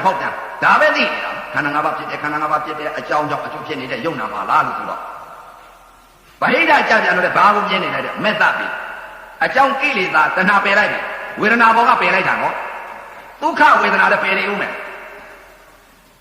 မဲ့ဆိုတာပါလေတဲ့အပယ်လေးပါးသွားစီတတ်တဲ့ကံကိုပယ်တာဘာကြောင့်ပယ်နိုင်လဲတဲ့တချို့ကပြောတာရှိတယ်တရားဓမ္မများမေ့ပြီးတော့မောဟတွေချုပ်နေတဲ့ဥစ္စာကိုအဲ့ဒါပညာချုပ်ကြည့်ဖို့မေ့နေတဲ့ဥစ္စာကိုအဲ့ဒါမဲ့လို့ဘာလို့ပြောတာရှိတယ်မဲ့ဆိုတာကဘာလဲတဲ့အပယ်လေးပါးသွားစီတတ်တဲ့ຢာကစိတ်ဖြစ်မှာဆိုလို့ဒေါသစိတ်ဖြစ်မှာဆိုလို့မောဟစိတ်ဖြစ်မှာဆိုလို့အဲ့ဒီစိတ်တွေကိုမက်ကပယ်တတ်တယ်အကုသိုလ်ကံဖြစ်မဲ့ဥစ္စာကိုမက်ကတားလိုက်ကုသိုလ်ဖြစ်မဲ့ဟာကိုမက်ကပို့ပြီအဲ့ဒီတော့အစ္ဆဒသဏ္ဍာန်ကနေပြီးတော့ခန္ဓာ၅ပါးယုံနာတရားဖြစ်ပြီးပြည့်တဲ့သဘောတရားပါလားအကြောင်းကြောင့်အကျိုးဖြစ်နေတဲ့ယုံနာပါလားလို့ဒီလိုသိလိုက်တဲ့ကြပြိုင်နဲ့တည်းမဲ့ရသွားတယ်ဝေဒနာဘောကနေပြီးတော့တင်ညာပယ်လိုက်တော့ຢာကစိတ်ဒေါသစိတ်မောဟစိတ်ဆိုတာအပယ်လေးပါးသွားစီတတ်တဲ့ကံနေမရှိဘူးခန္ဓာ၅ပါးသာဖြစ်တယ်ခန္ဓာ၅ပါးသာပြည့်တယ်ဆိုတော့အကြောင်းကိလေသာပယ်လိုက်တော့အကျိုးຢာကဒေါသမောဟခန္ဓာတွေမရှိတော့ချုပ်အဲ့တော့ဗဟိတကြပြန်တော့ဘယ်လိုမြင်နေလဲတဲ့အစ္ဆဒသဏ္ဍာန်ကအကြောင်းအကျိုးမြင်လို့ဗဟိတကြပြန်တော့တခါတည်းဒုက္ခဝေဒနာကိုမြင်ပြီဒုက္ခဝေဒနာကိုမြင်တော့ပြစ္ဆုတ်ပါအကြောင်းအားလျော်စွာတက်ခဲ့လိုက်တဲ့မျက်စိနဲ့မြင်လိုက်တဲ့အကြောင်းအားလျော်စွာမျက်စိနဲ့တက်ခဲ့လိုက်တဲ့အချိန်ခါမှာအဆင်းနဲ့မျက်စိပတာရအချိန်နဲ့တက်ခဲ့မြင်လိုက်တဲ့အချိန်ခါမှာရှင်းစိတ်သိလိုက်တာလည်းနာခံစားနောက်စိတ်ကလိုက်ဘယ်လိုလိုက်ဩမြင်တာယူပဲ့ခန္ဓာအဆင်းကိုမြင်ပြီးတော့သွားပြီးတော့ခံစားလိုက်တာကဝေဒနာခန္ဓာဒကမရဲ့ဒကာရဲ့ကိုယ်ရဲ့ကြောင်ရဲ့ကားရဲ့လို့တင်ညာပြီးတာကတင်ညက်ခန္ဓာဝိညာဏံသင်္ခါရခန္ဓာကတင်ညက်ခန္ဓာတင်ညာပြီးလိုက်တော့မိမရဲ့လို့တင်ညာပြီးလို့မိမကိုအယူမှားသွားတာကဒိဋ္ဌိခန္ဓာအပေဖို့တယ်ဆိုတော့သိပြီအယူမှားသွားတာကဒိဋ္ဌိခန္ဓာဖြစ်ပါလားဒိဋ္ဌိခန္ဓာအယူမှားသွားခြင်းကြောင့်မလို့ဒကမရဲ့လို့တင်ညာပြီးဒကမကိုຢာကစိတ်ဖြစ်သွားတာကຢာကခန္ဓာຢာကခန္ဓာဒေါသခန္ဓာမောဟခန္ဓာဒီခန္ဓာကြီးပြည့်ပြီးတော့ငါအပေလေးပါဆင်းပါလားမျက်စိပေါက်ကလည်းအကြောင်းတင်ညာကိလေသာကလိမ်လိုက်အကြောင်းတင်ညာလိမ်လိုက်တော့အကျိုးຢာကဒေါသမောဟတွေဖြစ်ရပါလားရှိတာကတော့ဝေဒနာခန္ဓာရဲ့တင်ညာခန္ဓာရဲ့သင်္ခါရခန္ဓာရဲ့ဝိညာဉ်နဲ့ခန္ဓာရဲ့နာမ်ခန္ဓာ၄ပါးယုတ်တရားခန္ဓာ၅ပါးယုံနာတရားဖြစ်ပြီးပြည့်တဲ့သဘောတရားခဏဖြစ်ပြီးခဏပြည့်တဲ့သဘောတရားဖောက်ပြန်တဲ့သဘောခံစားတတ်တဲ့သဘောနာယုတ်တာရှိပါလားဆိုတော့ပယ်လိုက်ပြီမျက်စိပေါက်ကနေပြီးတော့ကိလေသာမဖြစ်တော့ဘူးຢာကစိတ်ဒေါသစိတ်မဖြစ်တော့မျက်စိကလည်းခန္ဓာ၅ပါးယုံနာတရားဖြစ်ပြီးပြည့်တဲ့သဘောတရားအကုသိုလ်ကံပယ်လိုက်ຢာကစိတ်ဒေါသစိတ်ကိုမရှိတော့ဘူးနားနဲ့အသာနဲ့ကြားလိုက်ပြန်တော့ဆင်ញင်လိုက်တာပဲမက်ကသတ်ပြီးမက်သတ်တယ်ဆိုတော့မက်ရတယ်ဆိုတော့ဘာလဲတဲ့အကုသိုလ်ကံအပယ်လေးပါးသွားစေတတ်တဲ့ຢာကစိတ်ဒေါသစိတ်မောဟစိတ်တွေပယ်တာအဲ့ဒီလိုပယ်သတ်သွားတာအကြောင်းအားလျော်တာပြစ္ဆုတ်ပါဏိသတ်ဖြစ်နားနဲ့အသာနဲ့ထိခိုက်လိုက်တယ်အသာနဲ့နားနဲ့ထိခိုက်တယ်အော်ရုပ်တန်ကိုကြားလိုက်တာကယူပဲ့ခန္ဓာအတန်ကိုသွားပြီးခံစားလိုက်တာကဝေဒနာခန္ဓာခွေးတံဝက်တံမိမတံတက္ကမတံယတကာတံကားတံရဲ့လို့တင်ညာပြတာကတင်ညက်ခန္ဓာအတန်ဒီသဘောတရာ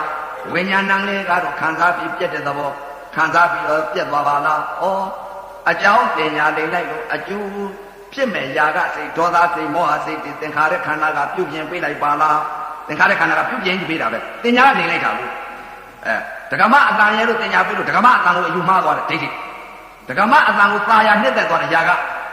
အဲ့ဒီခန္ဓာကြီးအပယ်ဆင်းရမယ်ဆိုတဲ့အကြောင်းကျိုးတွေမြင်တာသမုဒိယကိုမြင်တယ်ဒုက္ခသစ္စာကိုလည်းမြင်တယ်အပယ်လေးပါးသွားစီတတ်တဲ့ဒုက္ခသစ္စာယုံနာနေကိုလည်းမြင်တယ်ခံရမယ်ဒုက္ခသစ္စာကြီး အဲ့ဒါကြောင့်မလို့အကြောင်းနဲ့အကျိုးမြင်တော့အသာနဲ့နားနဲ့ထိမှန်လိုက်တဲ့အချိန်ကလည်းခန္ဓာ၅ပါးသာဖြစ်တယ်ခန္ဓာ၅ပါးသာဖြစ်တယ်ဆိုတော့အကြောင်းကိလေသာတင်ညာမရှိတော့ဘူးခန္ဓာ၅ပါးသာဖြစ်တယ်ခန္ဓာ၅ပါးသာဖြစ်တယ်အကြောင်းတင်ညာလေးလိုက်လို့အကျိုးຢာကဒေါသမောဟဖြစ်တယ်ဆိုတဲ့ဒီစိတ်တွေကိုသိသွားပြီအဲ့ဒီတော့ຢာကစိတ်ဒေါသစိတ်မရှိတော့ပယ်တတ်တယ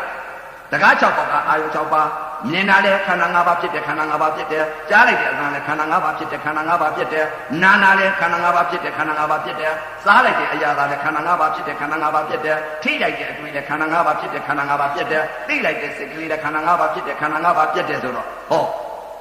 မျက်စိကလည်းအယူမအမှန်မရှိတော့ဘူးအမှန်မြင်အမှန်သိသွာ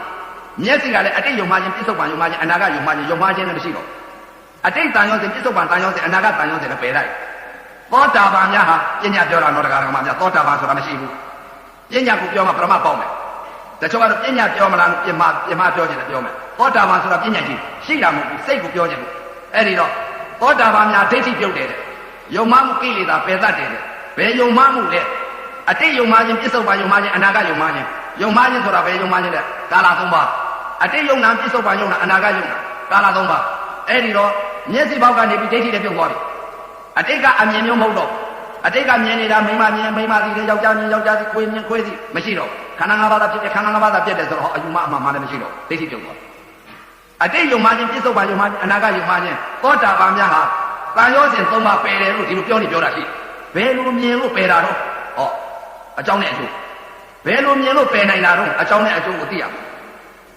ဘာကြောင့်ပယ်နိုင်လို့တန်ရောစဉ်ကိုသူသဘောနဲ့သူပယ်ပြီးသားဖြစ်တာမဲ့ရတဲ့ပုံကပယ်ပြီးသားဘာကြောင့်လဲတဲ့ဒိဋ္ဌိပြုတ်သွားတာကိုဒိဋ္ဌိပြုတ်တာဘာကြောင့်ပြုတ်လဲတဲ့ခန္ဓာ၅ပါးအမှန်မြင်လို့အကြောင်းအကျိုးကိုသိလို့သမုဒုက္ခသစ္စာမြင်တော့သမုဒိယမြင်တယ်သမုဒိယပယ်လိုက်တော့ဘာလဲတဲ့ခန္ဓာ၅ပါးမဖြစ်တာဘာလဲတဲ့ဥပါဒခန္ဓာချုပ်သွားတယ်တဏှာချုပ်တာဒိဋ္ဌိချုပ်အဲ့ဒါတော့သစ္စာလေးပါးဒီဘောကမြင်သွားဒါကြောင့်မလို့တရားဓမ္မများတန်ရောစဉ်၃ပါးဆိုတာဘယ်တန်ရောစဉ်လဲတဲ့သောတာပန်များတန်ရောစဉ်၃ပါးပယ်တယ်လို့ဒီလိုပြောတာရှိကြတယ်ပုဂ္ဂိုလ်တိုင်းပြောကြတန်ရောစဉ်၃ပါးဘယ်လိုပယ်တာလဲအတိတ်တန်ရောစဉ်ပြစ္ဆုတ်ပံတန်ရောစဉ်အနာဂတ်တန်ရောစဉ်တန်ရောစဉ်၃ပါးပယ်မှုပြောပြတရားဓမ္မများဘုရားရှင်ကိုတော်များချင်းအတိတ်ကိုလည်းမတွေးနဲ့မရောက်သေးတော့အနာဂတ်စိတ်လည်းမတွေးနဲ့ပြစ္ဆုတ်ပံပေါ်လာတဲ့ယုံနာအမှန်မြင်မှန်သိအဲ့ဒီဘုရားဟောဘုရားဟောတော့အတိတ်တန်ရောစဉ်ဆိုဘယ်လိုကြောင့်ပယ်လိုက်တယ်လဲတဲ့ပြက်သွားတဲ့ယုံနောက်ထပ်အတိတ်တစ်ပါးမဖြစ်ဘူးတဲ့ပညာမှသိတာမရှိဘူးတဲ့အတိတ်ကိုလည်းမတွေးတော့မရှိပညာမှသိတာတော့အတိတ်ကိုမတွေးလိုက်တဲ့ဥစ္စာဘာလဲတဲ့အတိတ်တန်ရောစဉ်ပယ်တယ်လို့ခေါ်မရောက်သေးတော့အနာဂတ်စိတ်ကိုလှမ်းပြီးတော့မမျောဘူးဘာကြောင့်မမျောဘူးလဲမရှိပညာအာယုံမပြုတ်ဘူးအဲ့ဒါအနာဂတ်တန်ရောစဉ်ပယ်တယ်လို့ခေါ်ပြစ္ဆုတ်ပံတန်ရောစဉ်လည်းပယ်လေဦးမယ်အတိတ်ကာလတုန်းကအယူမအမှတ်မှအစွဲမှဒိဋ္ဌိကြီးဘယ်လိုမြင်လို့လဲတဲ့မိမပဲယောက်ျားပဲတကားပဲဖိုးသူတော်ပဲယသိပဲကြောက်စင်သူဖရာကြီးပဲရွှေကုံဖရာကြီးပဲပွေသားမဲ့ဝဲသားမဲ့မွေးတယ်တင်းတယ်ပုစောနာနဲ့အရသာရှိတယ်ပူတယ်အေးတယ်ဒါတွေကိုသိအခုပြစ္ဆုတ်ပံအကြောင်းအာလျောသွားတိုက်ခိုက်လိုက်တဲ့အချိန်ခါမှာမျက်စိနဲ့တိုက်ခိုက်တဲ့ခန္ဓာ၅ပါးသာဖြစ်တယ်ခန္ဓာ၅ပါးသာဖြစ်တယ်နားနဲ့အသံနဲ့ကြားလိုက်တဲ့အချိန်ကလည်းပြစ္ဆုတ်ပံခန္ဓာ၅ပါးသာဖြစ်တယ်ခန္ဓာ၅ပါးသာဖြစ်တယ်ဆိုတော့ပြစ္ဆုတ်ပံနာပြစ္ဆုတ်ပံတန်ရောစဉ်ပယ်လိုက်ပြီအဲ့ဒီလိုအတိတ်အနာဂတ်ပြစ္ဆုတ်ပံအတိတ်ယုံနာပြစ္ဆုတ်ပံယုံနာအနာဂတ်ယုံနာအဲ့ဒီလိုကာလ၃ပါးကိုအဲ့ဒီလိုတန်ရောစဉ်ပယ်နိုင်မှသောတာပန်အဲ့ဒါစိတ်ကိုပြောတာတော့ဒီလိုမှမပယ်နိုင်မဲနဲ့သောတာပန်ဒိဋ္ဌိပြုတ်တယ်ယုံမှမကိလေသာဘယ်လိုပယ်လဲဆိုဘယ်လိုလုပ်ပြောကြခန္ဓာရှာရင်ပြောနိုင်ခန္ဓာမရှာရင်ဘယ်တော့မှမပြောနိုင်အဲ့ဒီတော့တရားဓမ္မများအကြောင်းတရားအကျိုးတရားဟာဖြစ်ပါလေတဲ့နာအကြောင်းယုံချိုးယုံအကြောင်းနာအကျိုးတဲ့အကြောင်းတင်ညာကိလေသာအကြောင်းကြောင့်အကျိုးရာကဒေါသမောဟခန္ဓာတွေဖြစ်ပြီးအပယ်လေးပါးကိုဆင်းပြီးတော့ခံကြရတယ်ဆိုတာဒုက္ခသစ္စာကြီးမြင်တာဗျဝေဒနာဘောကနေပြီးတော့သစ္စာလေးပါးရတာဗျအဲ့ဒါတစ်ဆင့်အသိတစ်ဆင့်အဲ့ဒီအသိတစ်ဆင့်ကနေပြီးတစ်ဆင့်ပြောင်းကြအောင်အဲ့တော့တရားဓမ္မများအခုဟာကဘာလဲတဲ့အမြင်အသိကဘာလဲတဲ့တစ်ဆင့်ရှိသေးဒါကနာမ်ပြက်ခေါ်တယ်နာမ်ပြက်ကနေပြီးရုပ်ပြက်ပြောင်းကြအောင်လို့သမာဓိရတယ်ကောင်းလာတယ်တရားဓမ္မများအခုလာရောက်တဲ့တရားဓမ္မတွေနာမ်ပြက်ရုပ်ပြက်တချို့ကတော့ပြောတာရှိတယ်တရားယောဂီပြောတာဥပဒေအတန်ကြားဘူးလေမြင်လိုက်တော့ဒါတွေကပြဉ္ညာဒီပါကွာဒါတွေကပြဒုက္ခဝေဒနာဒုက္ခဝေဒနာမတောင်မှမသိကြဘူးဘာကြောင့်မသိကြလဲမြင်လိုက်တဲ့ဥစ္စာဟာရုပ်ကိုမြင်တာရုပ်မှနာမှမသိကြပုဂ္ဂိုလ်တွေရုပ်မြင်လိုက်လို့ရှိရင်အပြည့်ကြီးမြင်လိုက်ကြဒါကြပြဉ္ညာပါကွာသမထတွေပါကွာလို့ပြောတာရှိကြတယ်ပုဂ္ဂိုလ်တွေရုပ်နာမသိတဲ့ပုဂ္ဂိုလ်တွေပြောတာရှိကြတယ်အဲ့ဒီတော့နာမ်ပြက်တော့ခဏကြည်သွားပြီးတဲ့ဖြစ်ပြဆုံးသွားပြီအကြောင်းတင်ညာပယ်လိုက်ပြီးတဲ့အကျိုးရာကဒေါသမောဟဝေဒနာဘောကနေပြီးတော့ဖြစ်ပြဆုံးသွားပညာတွေဝိဇ္ဇာဉာဏ်တွေဆုံးသွားဝေဒနာဘောမှာဝိဇ္ဇာဉာဏ်ဆုံးသွားဘယ်ပညာပယ်လိုက်တယ်တဲ့အတိတ်ကတန်ရောစဉ်ဆွဲလန်းတဲ့အယူမအမှခေါ်သမုတ်ထားတဲ့နားရဲကြိုက်တဲ့ထုံတဲ့ပညာတွေပယ်လိုက်ပြီမရှိတော့ခေါ်စရာမရှိတော့မိမပဲယောက်ျားပဲဆိုတာခေါ်စရာမရှိတော့ဝိဇ္ဇာပညာကြီးဖြစ် ဟောကြံပြီးတော့ပညာပယ်ပုံလေးသောတာပန်ဆိုတာဘာလဲတဲ့အတိတ်ကာလတုန်းကပညာပယ်ပုံပြောတာပေါ့ဒါကြောင့်မို့တချို့ကပြောနေပြောတာချက်သိပြီးတော့ပေါ့မြင်စရာရှိရင်သိစရာရှိတယ်မြင်စရာကိုမရှိမှသိစရာမရှိဘူးအဲ့ဒီတော့ခန္ဓာကိုယ်ဓာတ်ကြီးလေးပါဖောက်ပြန်တဲ့ရုပ်တရားနံတရားကိုဝေဒနာဘောကနေပြီးတော့မြင်စရာခံစားစရာမရှိလို့မြင်စရာခံစားစရာမရှိလို့ပညာကိုပယ်နိုင်တာအဲ့တော့ဘယ်တော့မှမပယ်နိုင်ဘူးနာတာကြီးသိမှကြီးအဲ့ဒီတော့ဝိဇ္ဇာပညာဖြစ်ဖို့အရေးကြီးတယ်ကဲဒီသဆင်းကနေပြီးတော့တစ်ဆင့်ပြောင်းကြအောင်လို့မြင်လိုက်တဲ့အချိန်ကသမာဓိကကောင်းလာတဲ့အချိန်ခါကျတော့ရုပ်ကိုမြင်သမာဓိကထွန်းပြလိုက်တယ်ထွန်းပြလိုက်တဲ့အချိန်ခါမှာဘယ်ဟာလဲတဲ့ဘုရားဟောထားတယ်နာမပညာငါးချက်နော်ဝိပဿနာယောဂီပုဂ္ဂိုလ်ဒီပညာကိုမေးမှာဘုရားဟောထားတဲ့တရားဟာဘယ်ပညာလဲတဲ့နာမပညာသံဌာနာပညာခန္ဓာပညာသဘာဝပညာသမုဟာပညာတဲ့ပညာငါးချက်ပညာငါးချက်ဘုရားကအလကားထားပေးခဲ့တာမဟုတ်ဒီပညာငါးချက်ဘုရားမြင်သွားတာဒီဘုရားမြင်သွားတဲ့ပညာပေါ်ကပရမတ်ယူသွားအဲ့ဒီတော့ပညာပယ်ပုံတွေလည်းနောက်မှပြောအဲ့ဒီတော့ဒကာဒကမများနာမ်ပြက်ကနေပြီးရုပ်ပြက်ကိုပြောင်းကြအောင်တဲ့ခုနကတော့ဟောလိုက်တဲ့ဥစ္စာနာမ်ပြက်ပေါ့ဒိဋ္ဌိပြုတ်သွားပြီးပညာဖြစ်သွားကုန်ပြီသစ္စာလေးပါးနဲ့အဲ့ဒီဝေဒနာမဟာဘုတ်ဓာတ်ကြီးလေးပါပေါ့ဝေဒနာဘောကနေပြီးသစ္စာလေးပါအကြောင်းကျိုးမြင်သွားပြီသစ္စာလေးပါရသွားပြ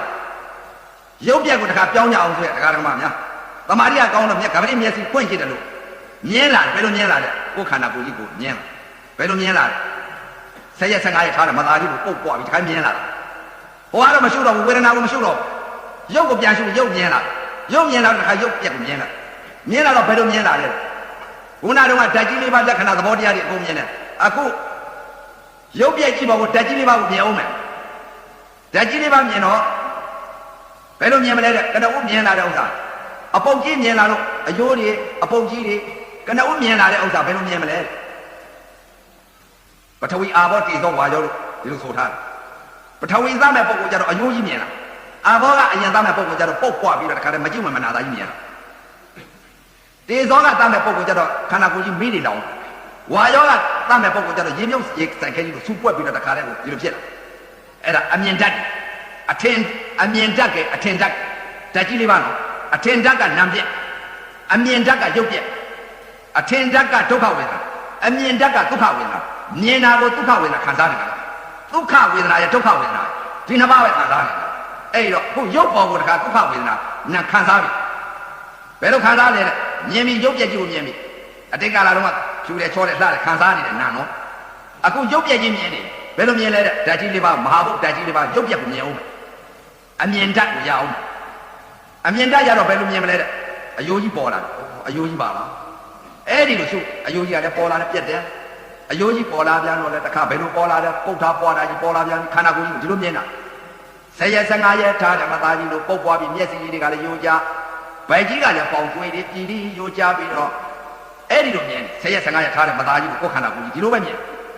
်မေးတွေကလည်းမိဘများလွှတ်လိုက်တယ်လို့တပွားပွားတောင်ကျွမ်းပြီးတော့တောင်ကြီးများမေးတောင်နေတယ်လို့ခန္ဓာကိုယ်ကြီးတပွားပွားတောင်ကျွမ်းနေတာမြင်ရပြီရေမြုပ်ရေဆိုင်ခဲကြီးစူပွက်နေတာလည်းမြင်ရပြီအနာဆွေးအနာဟောင်းကြီးများလို့ပို့လောက်တယ်စားတယ်လို့တစ်ဖြစ်ဖြစ်စားတော့နေတာလည်းမြင်ရပြီရုပ်ကိုမြင်ပြီရုပ်ကိုမြင်တော့ဝေဒနာမရှိတော့ဘူးမသိတော့ဘူးလို့ရုပ်ပြက်တစ်ခဲတစ်ခုတည်းဥပါဒဖြစ်နေရှုပြီးအဲ့ဒီမှာအဲ့ဒီတော့အယိုးစုကြီးပေါ်လာကြတယ်ဖြစ်ပြီးပြက်သွားတယ်ပုတ်ထားကြီးပေါ်လာတယ်ဖြစ်ပြီးပြက်သွားတယ်မီးတွေလောင်ကျွမ်းလာတယ်ဖြစ်ပြီးပြက်သွားတယ်ရေမြုပ်ရေဆိုင်ခဲကြီးစူပွက်လာတယ်ဖြစ်ပြီးပြက်တယ်အဲ့ဒီတော့ဒလစီကြီးမြင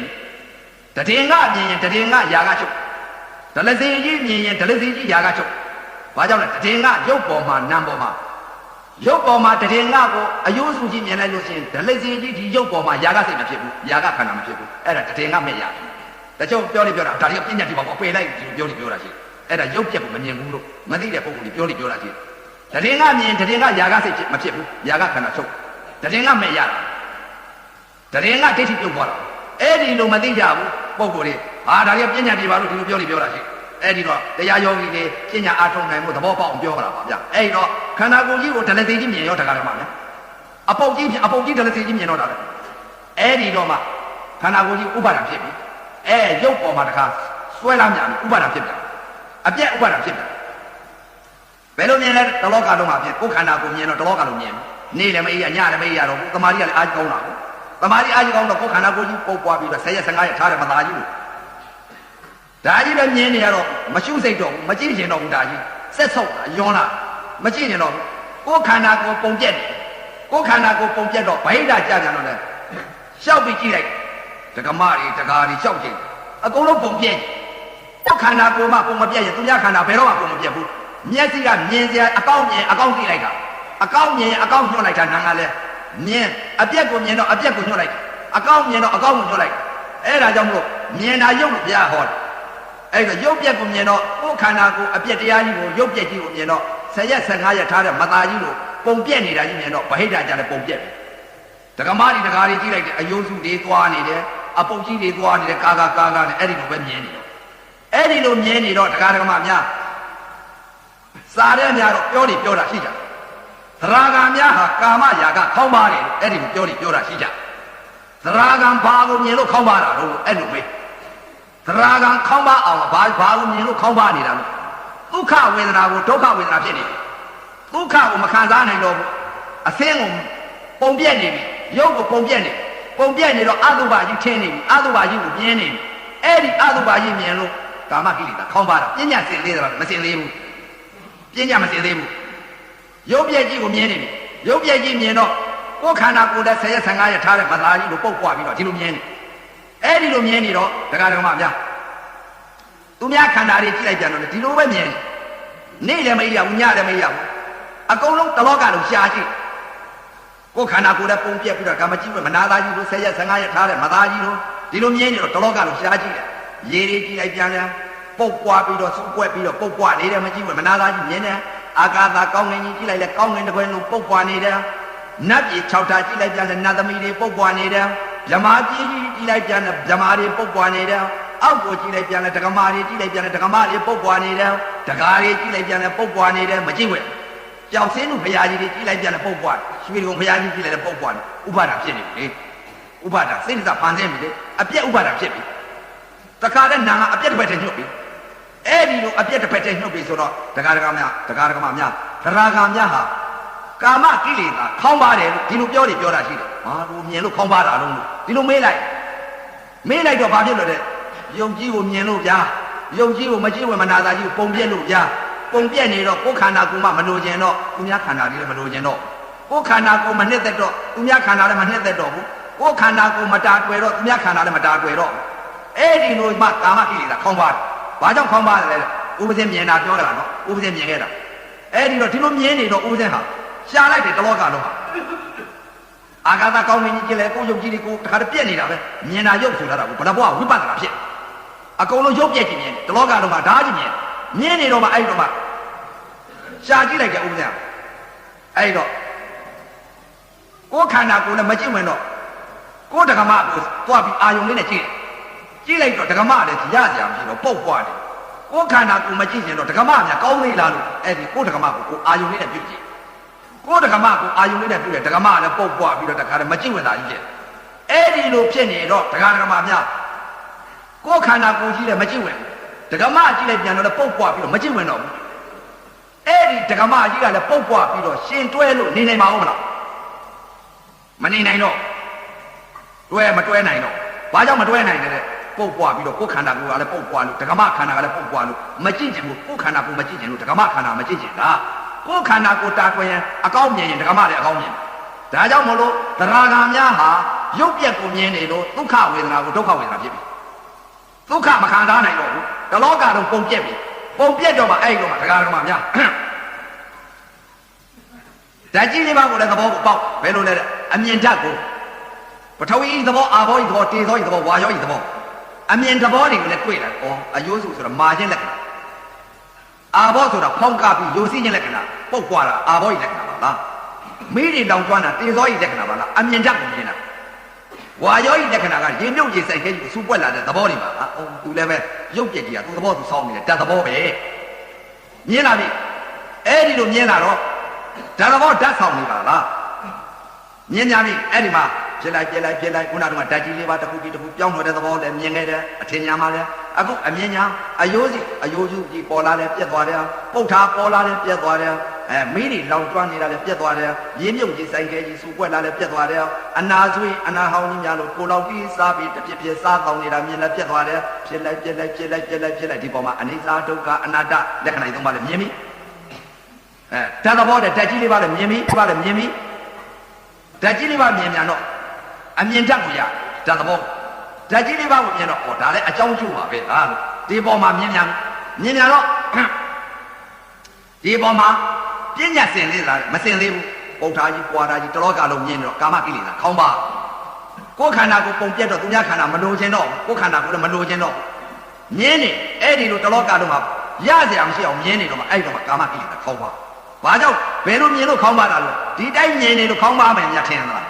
းမျက်စိကအကောင်းမြင်နေအကောင်းနာကသိနေတာမသိကြဘူးဒီတိုင်းရထားလို့ရတာမဟုတ်ဘူးမြင်စရာမရှိမှသိစရာမရှိတာမြင်စရာရှိအကောင်းမြင်အကောင်းသိတယ်တချို့ကသိပြီးရောပေါ့လို့ဆိုတယ်မိမမြင်မိမသိလို့မရဘူးနာကညှော့လိုက်တာပဲဝေဒနာခံစားလိုက်တာပဲအဲ့သဘောပြောပြတာတော့သဘောကိုနားချအဲ့ဒီတော့တရားတော်မှာရုပ်ပြည့်ကြီးမြင်နေတော့အမြင်ဓာတ်ကိုတွေ့ပြီးဓာတ်ကြီးလေးပါပဲသိပြီဓာတ်ကြီးလေးပါကိုမြင်တော့အကြောင်းအကျိုးကိုရှုလိုက်ခုနသောတာပန်ရှုနေဒီမှာရုပ်ပေါ်ကိုရှုပြန်ဘယ်လိုရှုပြန်ဩဓာတ်ကြီးလေးပါကလည်းသူသဘောသူစောင်းနေပါလားအကြောင်းရှုပါလားပထဝီဓာတ်ဆိုတာမာမှုလက္ခဏာအယုစုကြီးပါလားအာဘောဤလက္ခဏာဟာဖောင်းကာခြင်းယိုစီးခြင်းပါလားပွဲစည်းခြင်းပါလားတေဇောဟာမိတွေတောင်ကျွမ်းနေပါလားဝါရောဟာတွန်းကန်ပြီးတော့ဖြစ်နဲ့ရေမြုပ်ရေဆိုင်ခဲ့ကြည့်လို့စူပွက်နေပါလားအကြောင်းအကျိုးဟာတစ်ဆက်တိဖြစ်ပြီးတော့တစ်ထပ်တိဖြစ်ပြီးတစ်ထပ်တိပြက်နေတဲ့သဘောပါလားဓာတ်ကြီးလေးပါပါလားလို့ဆိုတာရုပ်ပြက်ပေါ်မြင်များမြင်ဒီရုပ်ပြက်ပေါ်ကနေပြီးတော့တဏှာဟာခေါင်းပါပြီတဏှာဒီမဲ့တတ်တော့တရားတော်မှာအဲ့ဒီလိုဓာတ်ကြီးလေးပါကိုအကြောင်းကျိုးဆင်ခြင်လို့ဒီပေါ်ကိုတစ်ခါခန္ဓာ၅ပါးတစ်ခါမြင်များဘယ်လိုမြင်များလဲတဲ့ခန္ဓာ၅ပါးဒီရုပ်ပြက်ပေါ်ကနေပြီးတော့ဝေဒနာကြီးဖြစ်နေဘယ်လိုပြမကြည့်နေမတဲ့မနေရဘူးကြည့်နေရတယ်ဒီဟာကြီးကိုလော့အောင်ယုံနေတယ်ယုံရင်မိတဲ့နေရတာလည်းတလောကလုံးကနေ့တယ်မအေးရညတယ်မအေးရဒုက္ခဝေဒနာကိုဒုက္ခဝေဒနာဖြစ်ပြီသရဂါမိမက်ကဘယ်လိုတတ်တယ်လဲဘုရားကဟောထားတယ်ကာယသတိပဋ္ဌာန်ကာယ ानु ပါဒနာဝေဒနာသတိပဋ္ဌာန်ဝေဒနာ ानु ပါဒနာစိတ်ဓာသတိပဋ္ဌာန်စိတ်ဓာ ानु ပါဒနာဓမ္မာသတိပဋ္ဌာန်ဓမ္မာ ानु ပါဒနာသတိပဋ္ဌာန်တရား၄ပါးအဲ့ဒီတော့သရဂါများဟာဘယ်လိုမြင်နေတဲ့မျက်စိနဲ့မြင်တဲ့အော်ဒါမြင်ရတာမမြင်မြင်တဲ့မနေရမျက်စိနဲ့မြင်ရတာဒါနှစ်ပါးပေါင်းစုံဖကနန္တရားအပုဋ္ဌာကြီးဝေဒနာခံစားနေရပါလားမခံစားခြင်းနဲ့မနေရမမြင်မြင်တဲ့မနေရပါလားခံစားနေရပါလားဒီရုပ်နဲ့ဒီနာတထတိဖြစ်ပြီးတထတိပြည့်နေရပါလားမြင်တဲ့အပေါ်မှာဝေဒနာမြင်သွားပြီဒုက္ခဝေဒနာဖြစ်နေပြီအော်ဒါလည်းပဲမြင်လိုက်တဲ့ဥစ္စာမခံစားခြင်းဒါကလည်းဝေဒနာဒေါသစိတ်တွေပါလားမြင်များပြီစိတ်တွေဩဒါလည်းပဲဝေဒနာခံစားနေတဲ့စိတ်တွေပါလားဒါလည်းဝေဒနာပါလားဝေဒနာဖြစ်ပြီအဲ့တော့ဝေဒနာဖြစ်တော့တကား6ပေါက်ကအာယု6ပါးမျက်စိကနေပြီးတော့အစင်းကိုရုပ်ပေါ်ကနေပြီးဒုက္ခဝေဒနာကိုဒုက္ခဝေဒနာဖြစ်တော့မြင်တာဝေဒနာဖြစ်သွားတော့ကြားလိုက်တဲ့အသံနဲ့ဒါလည်းဝေဒနာပါလားမြင်တာလည်းဝေဒနာကြားတာလည်းဝေဒနာနာတာလည်းဝေဒနာစားတာလည်းဝေဒနာထိတာလည်းဝေဒနာသိတာလည်းဝေဒနာမြင်တာလည်းဝေဒနာသိပြီးဝေဒနာပြတ်တယ်ကြားလိုက်တဲ့အသံလည်းဝေဒနာသိလိုက်တယ်ဝေဒနာပြတ်တယ်နာလိုက်တာလည်းဝေဒနာသိလိုက်တယ်ဝေဒနာပြတ်သွားတယ်စားလိုက်တဲ့အရာလည်းဝေဒနာပဲသိလိုက်တယ်ဝေဒနာပြတ်သွားတယ်ထိလိုက်တဲ့အတွေ့လည်းဝေဒနာသိလိုက်တယ်ဝေဒနာပြတ်သွားတယ်သိလိုက်တဲ့စိတ်ကလေးလည်းဝေဒနာပဲသိလိုက်တယ်ဝေဒနာပြတ်သွားတယ်ဝေဒနာသတိပဋ္ဌာန်ဝေဒနာနုပါဒနာဘုရားဟောထားတာနော်သတိပဋ္ဌာန်တရားခုနတုန်းကသောတာပန်ကာယသတိပဋ္ဌာန်ကာယနုပါဒနာအခုဟာကဝေဒနာနာခံစားနေတော့ဒုက္ခဝေဒနာကိုဒုက္ခဝေဒနာဖြစ်နေတော့မက်ကသတ်ပြီးသောတာသရဂါဘာလို့မက်သတ်တယ်ဝေဒနာနဲ့သတ်ပြဝေဒနာဒုက္ခဝေဒနာကိုဒုက္ခဝေဒနာဖြစ်တော့မကြည့်ရင်တော့မခံစားတော့ဝေဒနာချုပ်မျက်စိပေါက်ကနေပြီးအတန်နဲ့ဝေဒနာချုပ်မက်ကကြည့်တာမလားဝေဒနာဖြစ်ကုန်ပြီဒုက္ခဝေဒနာအဲ့တော့ဝေဒနာသတိပဋ္ဌာန်ဝေဒနာနုပါဒနာဖြစ်ကုန်အဲ့ဒီတော့မှအကြောင်းအကျိုးတစ်ခါပြန်ရှာတယ်ခန္ဓာ၅ပါးကိုပြန်ရှာတယ်ဒီရုပ်ပေါ်ကိုပြန်ရှာတော့ဘယ်လိုမြင်လာလဲခိုးမိပြန်အပုပ်ကြီးကိုအပွားကြီးကိုအယိုးကြီးဒလစီကြီးဒီလိုပဲမြင်နေတော့ကြောက်တာလေရုပ်ထွက်ချင်ပြီနေ့တယ်မအေးရညတယ်မအေးရသခိုးမိပြန်တယ်ဘယ်လိုမိပြန်လဲတဲ့သူသဘောသူဖြစ်နေတဲ့ဥစ္စာဘုရားကဟောထားတယ်ယူပဲခန္ဓာဝေဒနာခန္ဓာသင်္ညခန္ဓာသင်္ခါရခန္ဓာဝိညာဉ်နဲ့ခန္ဓာနာခန္ဓာ၄ပါးယုတ်တရားခန္ဓာ၅ပါးယုတ်နာ၅ပါးရုပ်ပေါ်ကိုခန္ဓာ၅ပါးမြင်ပြန်ခန္ဓာ၅ပါးမြင်ဘယ်လိုမြင်လဲမြင်တာကလည်းယူပဲခန္ဓာခံစားနေတာကဝေဒနာခန္ဓာပုတ်တယ်လို့တင်ညာပေးတာပုတ်တာကြီးအယူမှားပြီးတော့ပုတ်တာကြီးတီးနေပါလားအယိုးရယ်လို့တင်ညာပေးလို့အယိုးကြီးကိုဆွဲလမ်းပြီးကန့်ညိနေတဲ့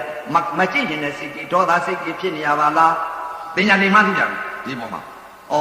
အယိုးရယ်လို့တင်ညာပေးလို့အယိုးကြီးဖြစ်နေရပါလားအပုတ်ရယ်လို့တင်ညာပေးလို့အပုတ်ကြီးဖြစ်နေရပါလားမိရီလောင်ကျွမ်းနေတယ်လို့တင်ညာပေးလို့မိရီလောင်ကျွမ်းနေရပါလားရေမြုပ်ရေဆိုင်ခဲကြီးစူပွက်နေလို့တင်ညာပေးတယ်လို့ရေမြုပ်ရေဆိုင်ခဲကြီးလို့စူပွက်နေပါလားအကြောင်းတင်ညာလိမ့်လိုက်လို့အကျိုးဥပါဒံခန္ဓာတွေပုတ်တာတွေပွားတာတွေဝေဒနာတွေခံစားပြီးတော့ဒုက္ခကြီးတွေ့နေပါလားတမြင်များပြီးဒုက္ခသစ္စာ သမုဒိယလည်းမြင်များပြီအကြောင်းကျိုးမြင်များပြီရုပ်ပေါ်ကသေးသေးချာချာသဘောပေါက်အောင်လာကြတော့သစ္စာကိုပြောနေတာအကြောင်းကိလေသာအကျိုးရာကဒေါသမောဟသစ္စာလေးပါးကိုပြောနေရုပ်ပေါ်ကိုမြင်တဲ့သစ္စာနာမ်ပေါ်ကိုမြင်တဲ့သစ္စာအဲ့ဒီသစ္စာလေးပါးကိုပြောနေအဲ့ဒီတော့တရားဓမ္မများအခုရုပ်ပေါ်ကိုအကြောင်းတင်ညာလိမ္မာသိပြန်ပြီပုတ်တယ်လို့တင်ညာပေးလို့ပုတ်နေရပွားတယ်လို့တင်ညာပေးလို့ပွားနေရတာတင်ညာလိမ္မာသိပြန်ပြီဥပါဒခန္ဓာကိုမြင်ပြန်ပြီဟောတင်ညာကလိမ်လို့အယုရယ်လို့အယုကြီးဖြစ်မရှိတာကြီးအရှိငါထင်းနေပါလားပုတ်တယ်လို့တင်ညာပေးလို့ပုတ်နေရပါလားမိတွေလောင်ကျွမ်းနေတယ်လို့တင်ညာပေးလို့မိတွေလောင်ကျွမ်းနေပါလားရေမြုပ်ရေဆိုင်ခဲကြီးလို့စူပွက်နေတယ်လို့တင်ညာပေးလို့ရေမြုပ်ရေဆိုင်ခဲကြီးစူပွက်နေတဲ့ရုပ်တရားဥပါဒခန္ဓာတွေဖြစ်နေပါလားအကြောင်းအကျိုးဖြစ်နေတဲ့ဥပါဒခန္ဓာတွေပါလားဒုက္ခသစ္စာကြီးပါလားဆိုတော့အကြောင်းတင်ညာလိမ္မာသိပြန်ပြီအကြောင်းတင်ညာလိမ္မာသိတော့ဒီအပေါ်မှာပုတ်တယ်လို့တင်ညာပယ်လိုက်ပုတ်တယ်လို့တင်ညာမပေးတော့သူသဘောသူဆောင်နေတဲ့မြင်နာယူဘက်ခန္ဓာခံစားနေတာဝေဒနာခန္ဓာတင်ညာပေးနေတာကတင်ညာခန္ဓာပြုပြင်စီရင်ပေးတာကသင်္ခါရခန္ဓာဝိညာဏံလေးရတော့ခံစားပြီးပြက်တယ်ခန္ဓာ၅ပါးသာဖြစ်တယ်ခန္ဓာ၅ပါးသာပြက်တယ်အကြောင်းတင်ညာကပုတ်တယ်ပွားတယ်လို့တင်ညာပြီးလို့ပုတ်တာကြည့်ပြီးခံစားနေရတဲ့ဒုက္ခတရားကြီးပါလားလို့ဆိုတာတင်ညာလိမ္မာသိပြန်တင်ညာလိမ္မာသိတော့ပုတ်တယ်လို့တင်ညာမပြီးတော့ပွားတယ်လို့တင်ညာမပြီးဘူးအယိုးရယ်လို့တင်ညာမပြီးဘူးမိရီလောင်တယ်လို့တင်ညာမပြီးဘူးအကြောင်းတရားကြောင့်မလို့အကျိုးရာကဖြစ်ပြီးတော့တခါတည်းမခံစားရပါနဲ့အယိုးရယ်လို့ဆွဲလန်းနေဥပါဒခန္ဓာတွေဖြစ်ဒါတွေသိပြီဒုက္ခသစ္စာကြီးအဲ့ဒီအကြောင်းတင်ညာကိုလိမ္မာသိတော့အကြောင်းတင်ညာအယိုးရယ်ပုတ်တယ်မိဒီလောင်တယ်ရေမြုပ်ရေဆိုင်ခဲကြီးရယ်လို့တင်ညာပယ်လိုက်တင်ညာပယ်လိုက်တော့အကျိုးဖြစ်မဲ့ဥပါဒခန္ဓာတွေပုတ်တာကြီးတင်ညာမပေးတော့မပုတ်တော့အယိုးရယ်လို့တင်ညာမပေးတော့အယိုးမဖြစ်တော့မိဒီလောင်ကျွမ်းနေတယ်လို့တင်ညာမပေးတော့မိဒီမလောင်တော့ဘူးရေမြုပ်ရေဆိုင်ခဲကြီးစူပွက်နေတယ်လို့တင်ညာမပေးတော့ရေမြုပ်ရေဆိုင်ခဲကြီးလို့စူပွက်နေတာမဖြစ်တော့ဘူးဟဲ့ကဏကျေသွားဘယ်လိုကဏကျေသွားလဲဘိုးဘက်ပူသွားတယ်ဘိုးဘက်ပူတာလည်းဥတော့ပညာစင်ကြတာဟောပညာမြင်သွားသရဂံကနေပြီးဟိုဘက်ကူသွားဘယ်ဘက်ကူသွားလဲတဲ့ပုတ်တယ်လို့တင်ညာမပြီးတော့မပုတ်တော့ခဏကြည့်တော့ဘယ်လိုမြင်နေလဲတဲ့ခန္ဓာကိုယ်ကြီးမမြင်တော့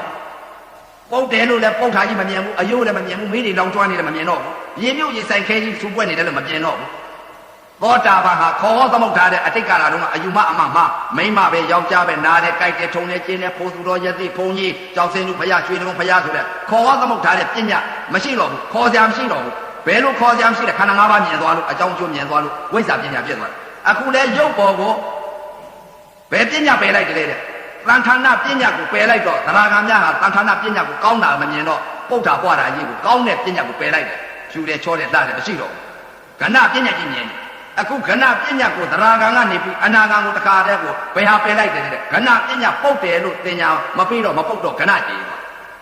းပရမအနုမြင်မောင်းလောက်ရှိတဲ့ရုပ်တရားလေးပေါ်တလောကံဒါလည်းမြင်တယ်တင်ညာမရှိတော့ဘူးပုတ်တယ်ပွားတယ်လို့တင်ညာမပြီးတော့မပုတ်တော့ဘူးဘာကိုမြင်လဲယုတ်ကနာကျေသွားတယ်ယုတ်ကနာနာကနာကျေသွားကျေသွားတော့တရားဓမ္မများ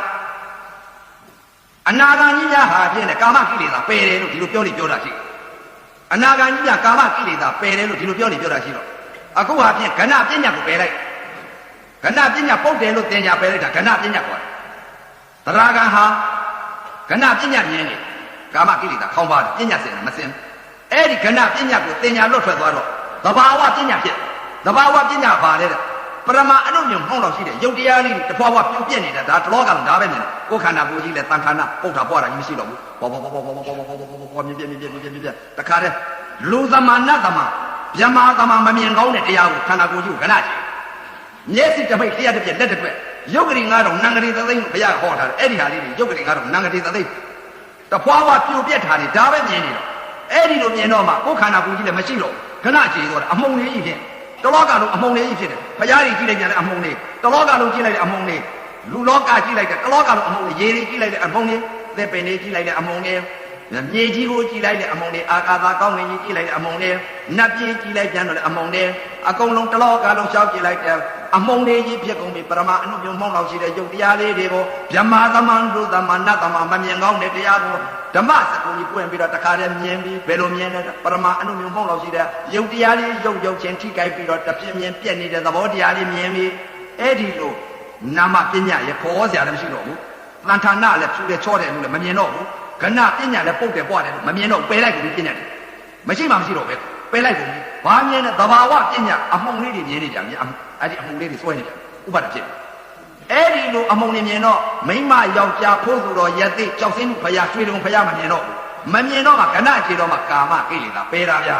ဒကမမြင်နေသေးလို့ရှင်ပယ်နိုင်မှာမလားအခုပုံကိုယ်တွေကမကျင်မဲနဲ့ပယ်နိုင်တယ်ဆိုတာကကဏကြည်မလားဗျာအဲ့ဒီဥစ္စာကမေးခြင်းတယ်ကဏပယ်ကဏကြည်မဗျာမိမကိုယောက်ျားကိုမမြင်မဗျာမကျင်မဲနဲ့ပယ်နိုင်တယ်ဆိုတာကကဏကြည်မလားဗျာအဲ့ဒီဥစ္စာကမေးခြင်းတယ်ကဏပယ်ကဏကြည်မဗျာမိမကိုယောက်ျားကိုမမြင်မဗျာတလောကလုံးဟာပရမအနုမြမောလောက်ရှိတဲ့ယုတ်တရားလေးတွေကိုတပွားပွားပြိုပြက်ပြီးတော့တခါတည်းပေါ်ဒါအခုပြောတာကဒီမဲ့ကြာသေးတယ်အပြက်ကသိညာဘုရားကဟောထားတာအလကားဟောထားတာမဟုတ်ဘူးပညာ၅ချက်နာမပညာတဏ္ဍာနာပညာကဏပညာသဘာဝပညာအခုသဘာဝပညာမြင်နေသဘာဝပညာဆိုတလောကလုံးသဘာဝမြင်နေအဲ့ဒီလိုသဘာဝမြင်တော့ရှားကြည့်လိုက်တဲ့ကိုယ်ထကမာလည်းမမြင်တော့ဘူးအမုန်းကြီးဖြစ်နေပြီအမေအဖေလည်းမမြင်တော့ဘူးကြောက်စင်းတို့ဖရာကြီးတွေလည်းမမြင်တော့ဘူးရွှေတကုံဖရာကြီးတွေလည်းမမြင်တော့ဘူးရေမြေတောတောင်သမုဒ္ဒရာဘာမှမဖြစ်ပညာစင်သွားပြီဩဘောဝသမုဒ္ဒရာဥစ္စာရေဒီဆိုတာလည်းပညာဒီပါလားမရှိတာဒီပါလားဖရာဆိုတာလည်းပညာပါလားကြောက်စင်းတို့ဖရာဆိုတာလည်းပညာပါလားတက္ကမဆိုတာလည်းမရှိတာဒီအရှိထင်ငယ်ပါလားဘာရှိလဲတလုံးကလုံးသဘာဝယုတ်သဘာဝနန္တာပဲရှိပါလားဆိုသဘာဝပညာကိုမြင်နေအဲ့ဒီတော့မှကာမကိလေသာပယ်နိုင်ပါလေဗျာအနုဘုံလို့ရှိရင်ဒကမမြင်ဒကမကိုမပယ်နိုင်ပါဘူးဗျာဒီတကားမြင်ရင်တကားသွားသိလိုက်ရင်မပယ်နိုင်ပါဘူးဗျာကာမကိလေသာကာမကိလေသာပယ်တယ်ဆိုတော့ယုတ်ကနနံကနခြေသွားမှအပြင်အာရကန6ပါးကိုအစင်းတို့အတန်တို့အနံ့တို့ရတာတို့ပြုတ်ကျသွားတာပါဗျာအဲ့ဒါမှကာမကိလေသာပယ်တာပါဗျာအနာဂါကြီးများကာမကိလေသာပယ်တယ်လို့ပြောတာရှိတယ်ဒေါသမ မရှိဘူးလို့ပြောလိုက်ကြအဲ့လို့ပြောစရာမှမရှိပဲတန်ဌာနတွေမှမမြင်တော့ပဲနဲ့ကဏတွေမှမမြင်တော့ပဲခေါ်စရာမရှိလို့ဒေါသလည်းမရှိတော့ဘူးကာမကိလေသာလည်းမရှိတာပါဗျာအဲ့ဒီလိုအမြင်အသိကိုတရားဓမ္မများဖောက်တယ်ချဒီညဘုံမှာအသိဆုံးအောင်ဟောမယ်လို့မနေ့ကလည်းတောင်းပန်ခံထားလို့အပင်မခံပြီးဟောတာပါဗျာတရားတစ်ခါဟောလို့ရှိရင်ကျွေးလုံးနှစ်ပါးလုံးကြားလာပါပဲတရားဓမ္မများဒါသရာနဲ့ဟောနေတာနော်ကိုယ်ခန္ဓာကိုယ်ကမြင်တဲ့အမြင်တွေအသိတွေကိုဟောနေတာတရားဓမ္မများအခုဟာဖြင့်ကာမကိလေသာပယ်တဲ့စခန်းရောက်သွားပါပြီဗျာခဏယုတ်ခဏနံခဏခြေသွားပါပြီဗျာအဲ့ဒီတော့ယုတ်ခဏနံခဏခြေသွားတော့ဒီပေါ်မှာရှုပြန်ပြီဘယ်လိုရှုလဲတဲ့ဘုရားဟောတာဩမျက်စိတမိတ်လျှက်တစ်ပြက်လက်တစ်ခွက်ယုတ်ကလေးငါတော့နံကလေးသသိန်းလို့ဘုရားဟောထားပါလားဘုရားရှိခိုးမြတ်ကြီးဟောထားငါကတော့များတာပဲသိများတာပဲသိတယ်ယုတ်ကလေးငါတော့ဖြစ်လာတယ်ယုတ်ကလေးငါတော့ပြက်သွားတယ်နံကလေးသသိန်းကဘယ်လိုများချုပ်ကြောက်ဖြစ်ပါလိမ့်လဲအဲ့ဒီမှာဆင်ញင်ကြည့်လိုက်တဲ့အချိန်ခါကျတော့ဒီအပေါ်မှာဩမျက်စိတမိတ်လျှက်တစ်ပြက်လက်တစ်ခွက်ယုတ်ကလေးငါတော့နံကလေးသသိန်းဆိုတော့ဩမြတ်စွာဘုရားဟောထားတာတဲ့မှန်ပါလားဆိုတော့ဒီမှာမြင်များမိဘုရားဟောထားတဲ့တရားမျက်စိတမိတ်လျှက်တစ်ပြက်လက်တစ်ခွက်ယုတ်ကလေးငါတော့မရည်နိုင်ဘူးမျက်စိတမိတ်ကိုပြက်လိုက်တဲ့ဥစ္စာကနဲတာမှမဟုတ်ပဲမြင်လာမြအကုန်ဖွာဆိုပြက်သွားမြင်လိုက်တာဆိုရုပ်အစင်းလေးတွေကိုပရမအနုမြဘောလို့ရှိတယ်ရုပ်ကလေးငါတော့ငါတစ်ချက်တည်းမြင်လိုက်တဲ့ဥစ္စာယူပက်ခန္ဓာရောဝေဒနာခန္ဓာရောသင်္ညက်ခန္ဓာရောသင်္ခါရခန္ဓာရောဝိညာဉ်နဲ့ခန္ဓာခန္ဓာ၅ပါးတထတိဖြစ်ပြီးတထတိချုပ်သွားပါလားရုပ်ကလေးငါတော့နာကလေးသသိဆိုတဲ့ဥစ္စာခန္ဓာ၅ပါးတထတိဖြစ်တယ်ရုပ်ကလာပတပုံပေါ်မှာခန္ဓာ၅ပါးဖြစ်ပြီးခန္ဓာ၅ပါးချုပ်သွားတာဝေဒနာလည်းယူပက်ခန္ဓာလည်းပါတယ်ဝေဒနာခန္ဓာလည်းပါတယ်သင်္ညက်ခန္ဓာလည်းပါတယ်သင်္ခါရခန္ဓာလည်းပါတယ်ဝိညာဏလည်းပါတယ်နာခန္ဓာ၄ပါးယုတ်ပြခန္ဓာ၅ပါးတထတိဖြစ်ပြီးတထတိချုပ်ပါလားငါမျက်စိတမိတ်လျှက်တစ်ပြက်ကလေးနဲ့များလောဘစိတ်ကလေးနဲ့စိတ်တခဏလေးနဲ့များချုပ်လိုက်ပြီဆိုလို့ရှိရင်ယုတ်ကလေးငါတော့နံကလေးသိငါခံလို့မကုန်နိုင်ပါလားဆိုအဲ့ဒီပေါ်မှာယုတ်ကလေးငါတော့နံကလေးဇာတိမြင်တော့တာဗျာဒီအကြောင်းကိုကြိုးပါလားဆိုတာအကြောင်းကျိုးမြင်များပြီအဲ့ဒီသဘာဝယုတ်ကလေးပေါ်ဒီသဘာဝယုတ်ကလေးပေါ်မှာကျုံနေတဲ့ချက်ကမျက်စိတမိတ်လျှက်တစ်ပြက်လက်တစ်တွက်အကြောင်းကျိုးမျက်စိပေါက်ကလည်းမျက်စိပေါက်ကနေပြီးတော့မျက်စိတမိတ်လျှက်တစ်ပြက်လက်တစ်တွက်ယုတ်ကလေးငါတော့နံကလေးသသိချုပ်ပြောက်ဖြစ်ပြတယ်ဆိုမျက်စိကအမှန်မြင်အမှန်သိရင်သိမသိလို့ရှိရင်မျက်စိတမိတ်ကလေးနဲ့ຢာကစိတ်ကလေးများဖြစ်သွားပြီဆိုရင်ရုပ်ကလေးငါတော့နံကလေးသသိငါခံရတော့မှာပါလားဆိုတော့ဒီမှာကြောက်ကြတယ်သဘာဝရုပ်ပေါ်မှာကြောက်ကြတယ်အဲ့ဒီတော့မှလှုပ်เสียမရှိတော့ဘူးတရားဓမ္မများအဲ့ဒီပရမအနုမှုံတော့ရှိတဲ့ယုတ်တရားလေးတွေပေါ်ဆင်ញင်တဲ့အချိန်ကဘုရားဟောထားတဲ့တရားမျက်စိတမိတ်လျှက်တစ်ပြက်လက်တစ်တွက်ယုတ်ကလေးငါတော့နံကလေးသသိဘုရားဟောထားတယ်ယုတ်ကလေးငါတော့နံကလေးသသိမျက်စိတမိတ်ကလေးနဲ့များလျှက်တစ်ပြက်ကလေးနဲ့များလောဘစိတ်ဒေါသစိတ်မောဟစိတ်ဒီစိတ်ကလေးတွေနဲ့များချုပ်လိုက်ပြီဆိုရင်ငါခံလို့မကုန်နိုင်တော့ဘူးဘုရားဟောအသိချင်းအနန္တပွင့်တော်လဲငါအပေလေးပါလွတ်နိုင်ခွင့်ရမရှိအဲ့ဒီမှာသိကြောက်တော့တာအဲ့ဒီမှာယုတ်ကလာပသဘာဝယုတ်ပေါ်မှာပင်ကညာဆိုတာအဲ့ဒီကြောက်ဇာတိမြင်လို့ကြောက်အဲ့ဒီလိုမြင်တော့ခန္ဓာ၅ပါးယုတ်နာတရားကိုလည်းရှုဘယ်လိုရှုလဲတဲ့အနာဂါကြီးများဟာဖြင့်အပြင်အာရဏ6ပါးကိုတော့အတန်နဲ့အနန္တိဒါတွေမရှုတော့ဘူးဘာကြောင့်ရှုလဲတဲ့အာယုံရောက်ပြက်နေတဲ့သဘောကိုသိတယ် မျက်စိအာယုံနာအာယုံမကောင်းအာယုံပစားအောင်ရှုနေတဲ့ဥစ္စာအာယုံကြောင့်ပေါ်မျက်စိမိတ်တာပေါ်တလောကလုံးဖွင့်ကြည့်တယ်ပေါ်အာယုံကြောင့်ပြက်နေတဲ့သဘောတရားလေးတွေသိသဘာဝလက္ခဏာအဲ့ဒီသဘာဝလက္ခဏာကိုသိနေတော့ဒီပေါ်မှာဘယ်လိုရှုနေလဲခန္ဓာ၅ပါးယုံနာတရားဖြစ်ပြီးပြက်တဲ့သဘောတရားဩမြင်တာပါလဲယူပယ်ခန္ဓာအသေးရုပ်ကလေးကိုမျက်စိပသာရအကြည့်ရုပ်ကမြင်လိုက်တာရုပ်ချင်းမြင်တာရုပ်ချင်းမြင်လိုက်တာကယူပယ်ခန္ဓာအစင်းရုပ်ကလေးကိုအစင်းရုပ်ကလေးကိုသွားပြီးတော့သိလိုက်တာခံစားလိုက်တာကဝေဒနာခန္ဓာအခဲလေးပါလားလို့အမှုံလေးပါလားလို့ဒီလိုတင်ညာပေးလိုက်တာကတင်ညာခန္ဓာစိတ်အပြောင်းအလွယ်လေးကဖြစ်ပြီးပြက်တဲ့စိတ်အပြောင်းအလွယ်လေးပြက်သွားလိုက်တာပြုပြင်ပေးလိုက်တာကသင်္ခါရခန္ဓာအဝါလေးရဲ့အနိလေးရဲ့လို့ပြုပြင်ပေးလိုက်တာဆွဲလန်းသွားတာကသင်္ခါရခန္ဓာဝိညာဏလေးကတော့ခံစားပြီးပြက်ပါလားဒီပေါ်မှာခန္ဓာ၅ပါးမြင်မြန်ခန္ဓာ၅ပါးခန္ဓာ၅ပါးကိုရှုတာခန္ဓာ၅ပါးရှုခန္ဓာ၅ပါးရှုလိုက်တော့အကြောင်းကြောင့်အကျိုးယုံနာသဘာဝအနိစ္စဒုက္ခအနတ္တလက္ခဏာကြီး၃ပါးနဲ့ဒီပေါ်ဆင်းရဲနေပရမအနုမြမောလောက်ရှိတဲ့ယုတ်တရားလေးပေါ်ဆင်းရဲဘယ်လိုဆင်းရဲဩခန္ဓာ၅ပါးဆင်းရဲလိုက်သစ္စာ၄ပါးကိုဆင်းရဲလိုက်လွတ်သေးသလားမလွတ်သေးဘူးထွက်ပေါက်မရသေးဘူးဝိပဿနာထွတ်ထိပ်တော့ရောက်သွားပြီဘုံသုံးပါးဖင်ထိုင်တော့စိတ်တတိကစိတ်တနုပဒနာဆိုအပြင်အာရဏ၆ပါးပြုတ်ကျသွားလို့ဘာကိုပြရှုတယ်အစင်းကိုရှုတယ်မျက်စိမိတ်တာအစင်းကိုရှုတယ်အာယုံရောက်ပြက်တဲ့ယုတ်တရားလေးတွေဖွာပြုတ်ပြက်တဲ့ယုတ်တရားလေးတွေအနိစ္စဒုက္ခအနတ္တလက္ခဏာကြီး၃ပါးသုံးသပ်ဩမြင်နေတာမြင်နေရတဲ့ခဏမြင်ခဏပြက်သိနေရတဲ့ခဏမြင်ခဏပြက်ဖောက်ပြန်တဲ့သဘောခံစားတဲ့သဘောမြင်ပြီးပြက်အနိစ္စသဘောဒီပါလားဩမြင်နေရတာခံစားနေရတဲ့ဒုက္ခသဘောပါလားသူသဘောသူဆောင်နေတဲ့ယုတ်ပါလားမမြင်ခြင်းမတရားမသိခြင်းမတရားမခံစားခြင်းမတရားပါလားလို့ယုတ်ကလာပါလေးပေါ့အာယုံရောက်ပြက်နေတဲ့ယုတ်ကလေးပေါ့အဲ့ဒီအနိစ္စဒုက္ခအနတ္တလက္ခဏာကြီး၃ပါးသုံးသပ်လို့လည်းရသေးသလားမရတော့ဘယ်ပြန်ရှုစိတ်ကလေးကိုပြန်ရှုစိတ်ကလေးကလည်းပေါ်သလားမပေါ်တော့ဘယ်ကိုပြန်ရှုလဲမပေါ်တဲ့စိတ်ကိုပြန်ရှုဘယ်လိုရှုလဲအတွဲအာရဏပေါ်မလားစိတ်ကိုပြန်ရှုဘယ်လိုရှုဩမပေါ်တဲ့စိတ်ကိုပြန်ရှုလာတော့ဩခန္ဓာကိုပြန်သုံးတာဩကြည်ကျင်တဲ့စိတ်ကလေးနားကျင်တဲ့ဆိုတဲ့စိတ်ကလေးများဖြစ်ပေါ်သေးသလားစားကျင်တဲ့ဆိုတဲ့စိတ်ကလေးများဖြစ်ပေါ်သေးသလားထိကျင်တဲ့ဆိုတဲ့စိတ်ကလေးများဖြစ်ပေါ်သေးသလားသိကျင်တဲ့ဆိုတဲ့စိတ်ကလေးများဖြစ်ပေါ်သေးသလားဘုနာဒီနာသွားကျင်တဲ့ဆိုတဲ့စိတ်ကလေးများဖြစ်ပေါ်သေးသလားအိတ်ကျင်တဲ့ဆိုတဲ့စိတ်ကလေးများဖြစ်ပေါ်သေးသလားအဲ့ဒါစိတ်ကိုရှုတာအဲ့ဒီလိုမရှိတဲ့ဥစ္စာကိုရှုနေတာအဲ့ဒါစိတ်ဓာတ်ကြီးကစိတ်ဓာတ်နုပါဒနာစိတ်ကလေးကပြက်လက်စိတ်မျက်ကြည့်ကျင်တဲ့စိတ်ကိုရှုလိုက်လည်းပြက်သွားပြီနားထောင်နေတဲ့စိတ်ကလေးကိုရှုလိုက်တာလည်းပြက်သွားပြီထိနားညင်တဲ့ဆိုတဲ့စိတ်ကလေးရှုလိုက်လည်းပြက်သွားပြီစိတ်ဓာတ်တိတန်စိတ်ဓာတ်နုပါဒနာအဲ့ဒါစိတ်ဓာတ်တိကစိတ်ဓာတ်နုပါဒနာခေါ်တယ်အဲ့ဒါစိတ်ရှုနေတာနော်အဲ့ဒီတော့စိတ်ရှုလည်းလွတ်သေးသလားဒီစိတ်ကမပေါ်တော့ဘူးအနုတ္တယကိလေသာလေးကိုထပ်တယ်အနုတ္တယကိလေသာပေါ်မလားလို့စိတ်ကိုရှုလိုက်ယုတ်ကလာပအမှုံလေးကိုအာယုံရောက်ပြက်နေတဲ့သဘောတရားလေးကိုယုတ်ကိုပြန်ရှုလိုက်ယုတ်ကိုပြန်ရှုလိုက်တဲ့အနိစ္စဒုက္ခအနတ္တလက္ခဏာကြီးသုံးပါးပြန်သုံးတတ်မြင်နေတဲ့အစိမ့်ယုတ်အာယုံရောက်ပြက်နေတဲ့သဘောတရားလေးကိုမြင်ပြမျက်စိတမိလျှာတပြက်လက်တတွယ်တရောကားလုံးဟာပြင်းနဲ့အတန်ရောရုပ်ချင်းထိကြိုက်ပြီးတော့အတန်ဒီပါကြားပြီးတော့ပြက်နေတဲ့အတန်ရောရုပ်ချင်းထိကြိုက်နေတဲ့အတန်တွေရောပြက်နေတဲ့အတန်တွေရောတခါတည်းတက်ကြီးလေးပါလောင်ကျွမ်းပြီးပြက်နေတဲ့သဘောတရားတွေရောအကုန်လုံးပြက်နေတာဒါတွေသိတယ်အဲ့တော့အနိစ္စဒုက္ခအနတ္တလက္ခဏာကြီးသုံးပါးသုံးစားပြီးနေတာထွက်ပေါက်ရတယ်မရသေးဘူးအဲ့ဒီလိုစိတ်ကိုရှုတာကတရားဓမ္မများဥပမာပြောမှာယုတ်ကလေးကိုအာယုံကြောင့်ပြက်နေတဲ့စိတ်ယုတ်တရားလေးကိုပရမအနုမြင်ပုံလောက်ရှိတဲ့ယုတ်တရားလေးကိုရှုလိုက်အနိစ္စဒုက္ခအနတ္တလက္ခဏာကြီးသုံးပါးစိတ်လိုက်ခန္ဓာ၅ပါးကိုစိတ်လိုက်ဒီဟာဒီစိတ်နဲ့သစ္စာ၄ပါးကိုစိတ်လိုက်ရတာမရဘူးအဲ့ဒီမရတော့ဘယ်ပြန်ရှုရကြလဲထွက်ပေါက်မရသေးဘူးဝိပဿနာထွတ်ထိပ်ပါနော်ထွက်ပေါက်ရသေးတာမရသေးတော့ဘယ်ပြန်စိတ်ပြန်ရှုရလဲကြည်ကျင်တဲ့ဆိုတဲ့စိတ်ကလေးဖြစ်ပေါ်သေးသလားနားထောင်နေတဲ့ဆိုတဲ့စိတ်ကလေးဖြစ်ပေါ်သေးသလားနားကျင်တဲ့ဆိုတဲ့စိတ်ကလေးဖြစ်ပေါ်သေးသလားစားကျင်တဲ့ဆိုတဲ့စိတ်ကလေးဖြစ်ပေါ်သေးသလားထိကျင်တဲ့ဆိုတဲ့စိတ်ကလေးဖြစ်ပေါ်သေးသလားသိကျင်တဲ့ဆိုတဲ့စိတ်ကလေးဖြစ်ပေါ်သေးသလားဟောနာဒီနာပွားကျင်တဲ့ဆိုတဲ့စိတ်ကလေးဖြစ်ပေါ်သေးလားအိတ်ကျင်တဲ့ဆိုတဲ့စိတ်ကလေးဖြစ်ပေါ်သေးသလားမပေါ်တဲ့စိတ်ကိုရှုနေတာအဲ့ဒါမှစိတ်ဓာတ်တိကစိတ်ဓာတ်စိတ်ပြန်ရှုယုတ်ကလာပါလေးကိုအာယုံရောက်ပြက်နေတဲ့ဟာလေးကိုထွက်ပေါက်မရတော့ဒီယုတ်ကလေးပြန်ရှုရဗျာအနိစ္စဒုက္ခအနတ္တလက္ခဏာကြီးသုံးပါးယုတ်နုနာနုလေးကိုရှုအပြင်းမဲ့ရှုရခါယုတ်နုလေးပညာလို့တော့သူများပြောတာရှိတာခွန်းလို့ဘူးလေအနုလေးယုတ်နုနာနု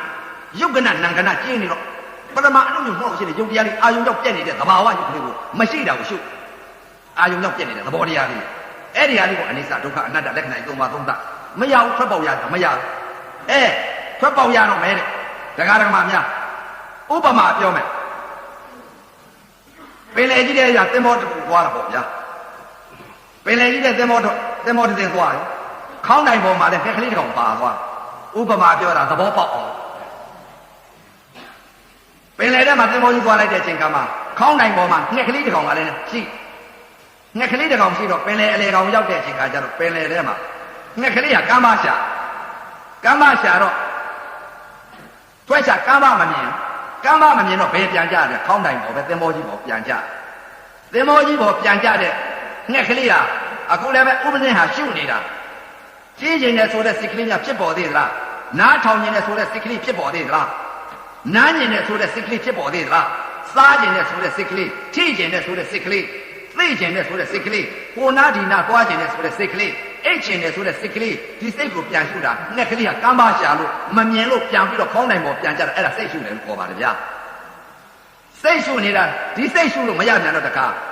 ဟိုဘက်ကမြင်မလားလို့ဒီခေါင်းတိုင်ပေါ်ကငှက်ကလေးကတခါပြန်ပြီးကမ်းပါရှာတယ်ဟိုဘက်ကများရှိအောင်မလားလို့ကမ်းပါရှာတာဘယ်ရှာလဲပရမအနုညုံဘုံလောက်ရှိတဲ့ယုတ်တရားလေးတွေဘွားဘွားပြုတ်ပြက်နေတဲ့သဘာဝယုတ်ကလေးတွေအာယုံရောက်အနိစ္စဒုက္ခအနတ္တနဲ့လက္ခဏာတွေသုံးပါးဒီမှာသုံးသပ်တာအဲ့ဒါခေါင်းတိုင်ပေါ်ကငှက်ကလေးဟာဖြင့်စိတ်မရှိဘဲနဲ့အာယုံရောက်ပြက်နေတဲ့သဘာဝယုတ်လေးကိုအနိစ္စဒုက္ခအနတ္တလက္ခဏာကြီးသုံးပါးသုံးသပ်တာအဲ့ဒါကမ်းပါထွက်ရှာတာနဲ့တူပါတယ်ငှက်ကလေးကအဲ့ဒါဗမာလူပြောတာတရားကမာများကမ်းပါကိုရှာပြီးကမ်းပါကိုယုံနုနာနုယုံနာနာပါကိုလက်လွတ်တော့တရားဓမ္မများအဲ့ဒီတော့ကမ်းပါကိုထွက်ရှာလိုက်တဲ့ဥစ္စာကပရမအနုညုံမှုန့်လောက်ရှိတဲ့ယုတ်တရားလေးတွေကိုအနိစ္စဒုက္ခအနတ္တလက္ခဏာကြီးသုံးပါးကိုသုံးသပ်လိုက်သုံးသပ်လို့ရသေးတယ်ထွက်ပေါက်ရသေးတယ်မရသေးဘူးသင်္ဘောခေါင်းတိုင်ပြန်ကြရတယ်ကမ်းပါရှာလို့မရဘူးကြည်ကျင်တဲ့ဆိုတဲ့စိတ်ကလေးဖြစ်ပေါ်သေးသလားနားထောင်ကျင်တဲ့ဆိုတဲ့စိတ်ကလေးဖြစ်ပေါ်သေးသလားနားကျင်တဲ့ဆိုတဲ့စိတ်ကလေးဖြစ်ပေါ်သေးသလားစားကျင်တဲ့ဆိုတဲ့စိတ်ကလေးဖြစ်ပေါ်သေးသလားထိကျင်တဲ့ဆိုတဲ့စိတ်ကလေးဖြစ်ပေါ်သေးသလားသိကျင်တဲ့ဆိုတဲ့စိတ်ကလေးဖြစ်ပေါ်သေးသလားမပေါ်နိုင်တော့ဘူးဒါပဲပြန်ရှုနေရတော့လွတ်အောင်တခါတည်းဒီသင်္ဘောခေါင်းတိုင်ကြီးကနေလွတ်အောင်တခါဘယ်ကိုပြေးလဲတဲ့ယုတ်ကလာပါလေးကိုတခါတည်းကိုကမ်းမထွက်ချတယ်အဲ့တော့မှအနိစ္စဒုက္ခအနတ္တလက္ခဏာကြီးသုံးပါးတခါသုံးလိုက်တော့အဲ့တော့မှသဘောပေါက်ခန္ဓာ၅ပါးယုံနာတရားဖြစ်ပြီးဖြစ်တဲ့သဘောတရားအကြောင်းတင်ညာကလိန်ထားပြန်ပါလားအဲ့လိုသိကြပြီးယုတ်ကလာပါလေးပေါ့အာယုံရောက်ပြည့်နေတဲ့သဘာဝယုတ်သူ့သဘောနဲ့သူဖြစ်နေတာငါကအကြောင်းတင်ညာလိန်ထားပြန်ပြီဘယ်တင်ညာလဲတဲ့သူ့သဘောသူဖြစ်နေအာယုံရောက်ပြည့်နေတဲ့မရှိပြည့်ညက်ကြီးငါအာယုံပြုတ်နေပါလားသဘာဝယုတ်သဘောတရားသာရှိတယ်ဘာမှမရှိတဲ့ဥစ္စာကိုငါကသွားပြီးတော့အနိစ္စဒုက္ခ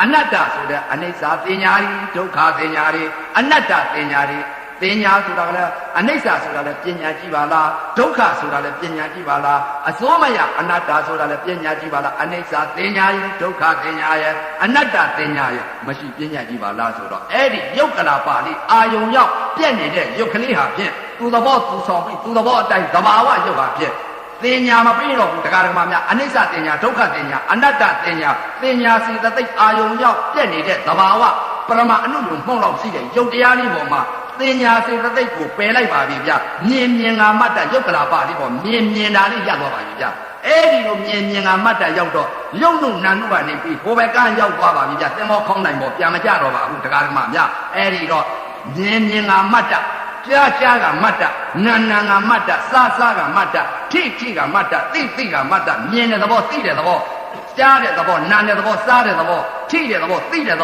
ဘောပဲရှိပါတော့တယ်ဗျာပုံညဖြစ်သွားပါပြီဗျာမျက်စိကလည်းကိလေသာအာယုံအာတဝမရှိတော့ပါဘူးဗျာကိလေသာမရှိတော့ပါဘူးဗျာနားကလည်းကိလေသာမရှိတော့ပါဘူးဗျာတကား6ပေါက်ကအာယုံ6ပါးအာတဝကုန်ခန့်သွားပါဗျာကိလေသာတွေကုန်ခန့်သွားပါဗျာတရားဓမ္မများတရားဓမ္မများအခုလာရောက်တဲ့တရားဓမ္မတွေသောတာပတိမဲ့သောတာပတိဘုသရဂာမိမဲ့သရဂာမိဘုအနာဂာမိမဲ့အနာဂာမိဘုအရဟတမဲ့အရဟတဘုအတိ40ဟောကြားဆုံးမဩဝါဒပေးရတဲ့အာနိသင်အကျိုးကြောင့်အခုလာရောက်တဲ့ဓမ္မတွေမနုဿတ္တဒုံလဘရာခဲ့သောတရားလူရဲတို့ဖြစ်လာတဲ့အချိန်ခါဂေါရမမြတ်စွာဘုရားသာသနာတော်ကြီးနဲ့မိတဲ့အချိန်ခါဓမ္မယရနာတွေပွင့်လင်းတဲ့အချိန်ခါသုံးပလဲမိကြပါပြီသုံးပလဲမိပြီးသမထဝိပဿနာတရားကျင့်ညာအထုတ်နိုင်ကြပြီသောတာပန်ကြီးတွေသရဂန်ကြီးတွေအနာဂန်ကြီးတွေအရဟတမဲ့အရဟတဘုရပြီအာဘဝတွေကုန်ခနိုင်ကြပါစေတည်း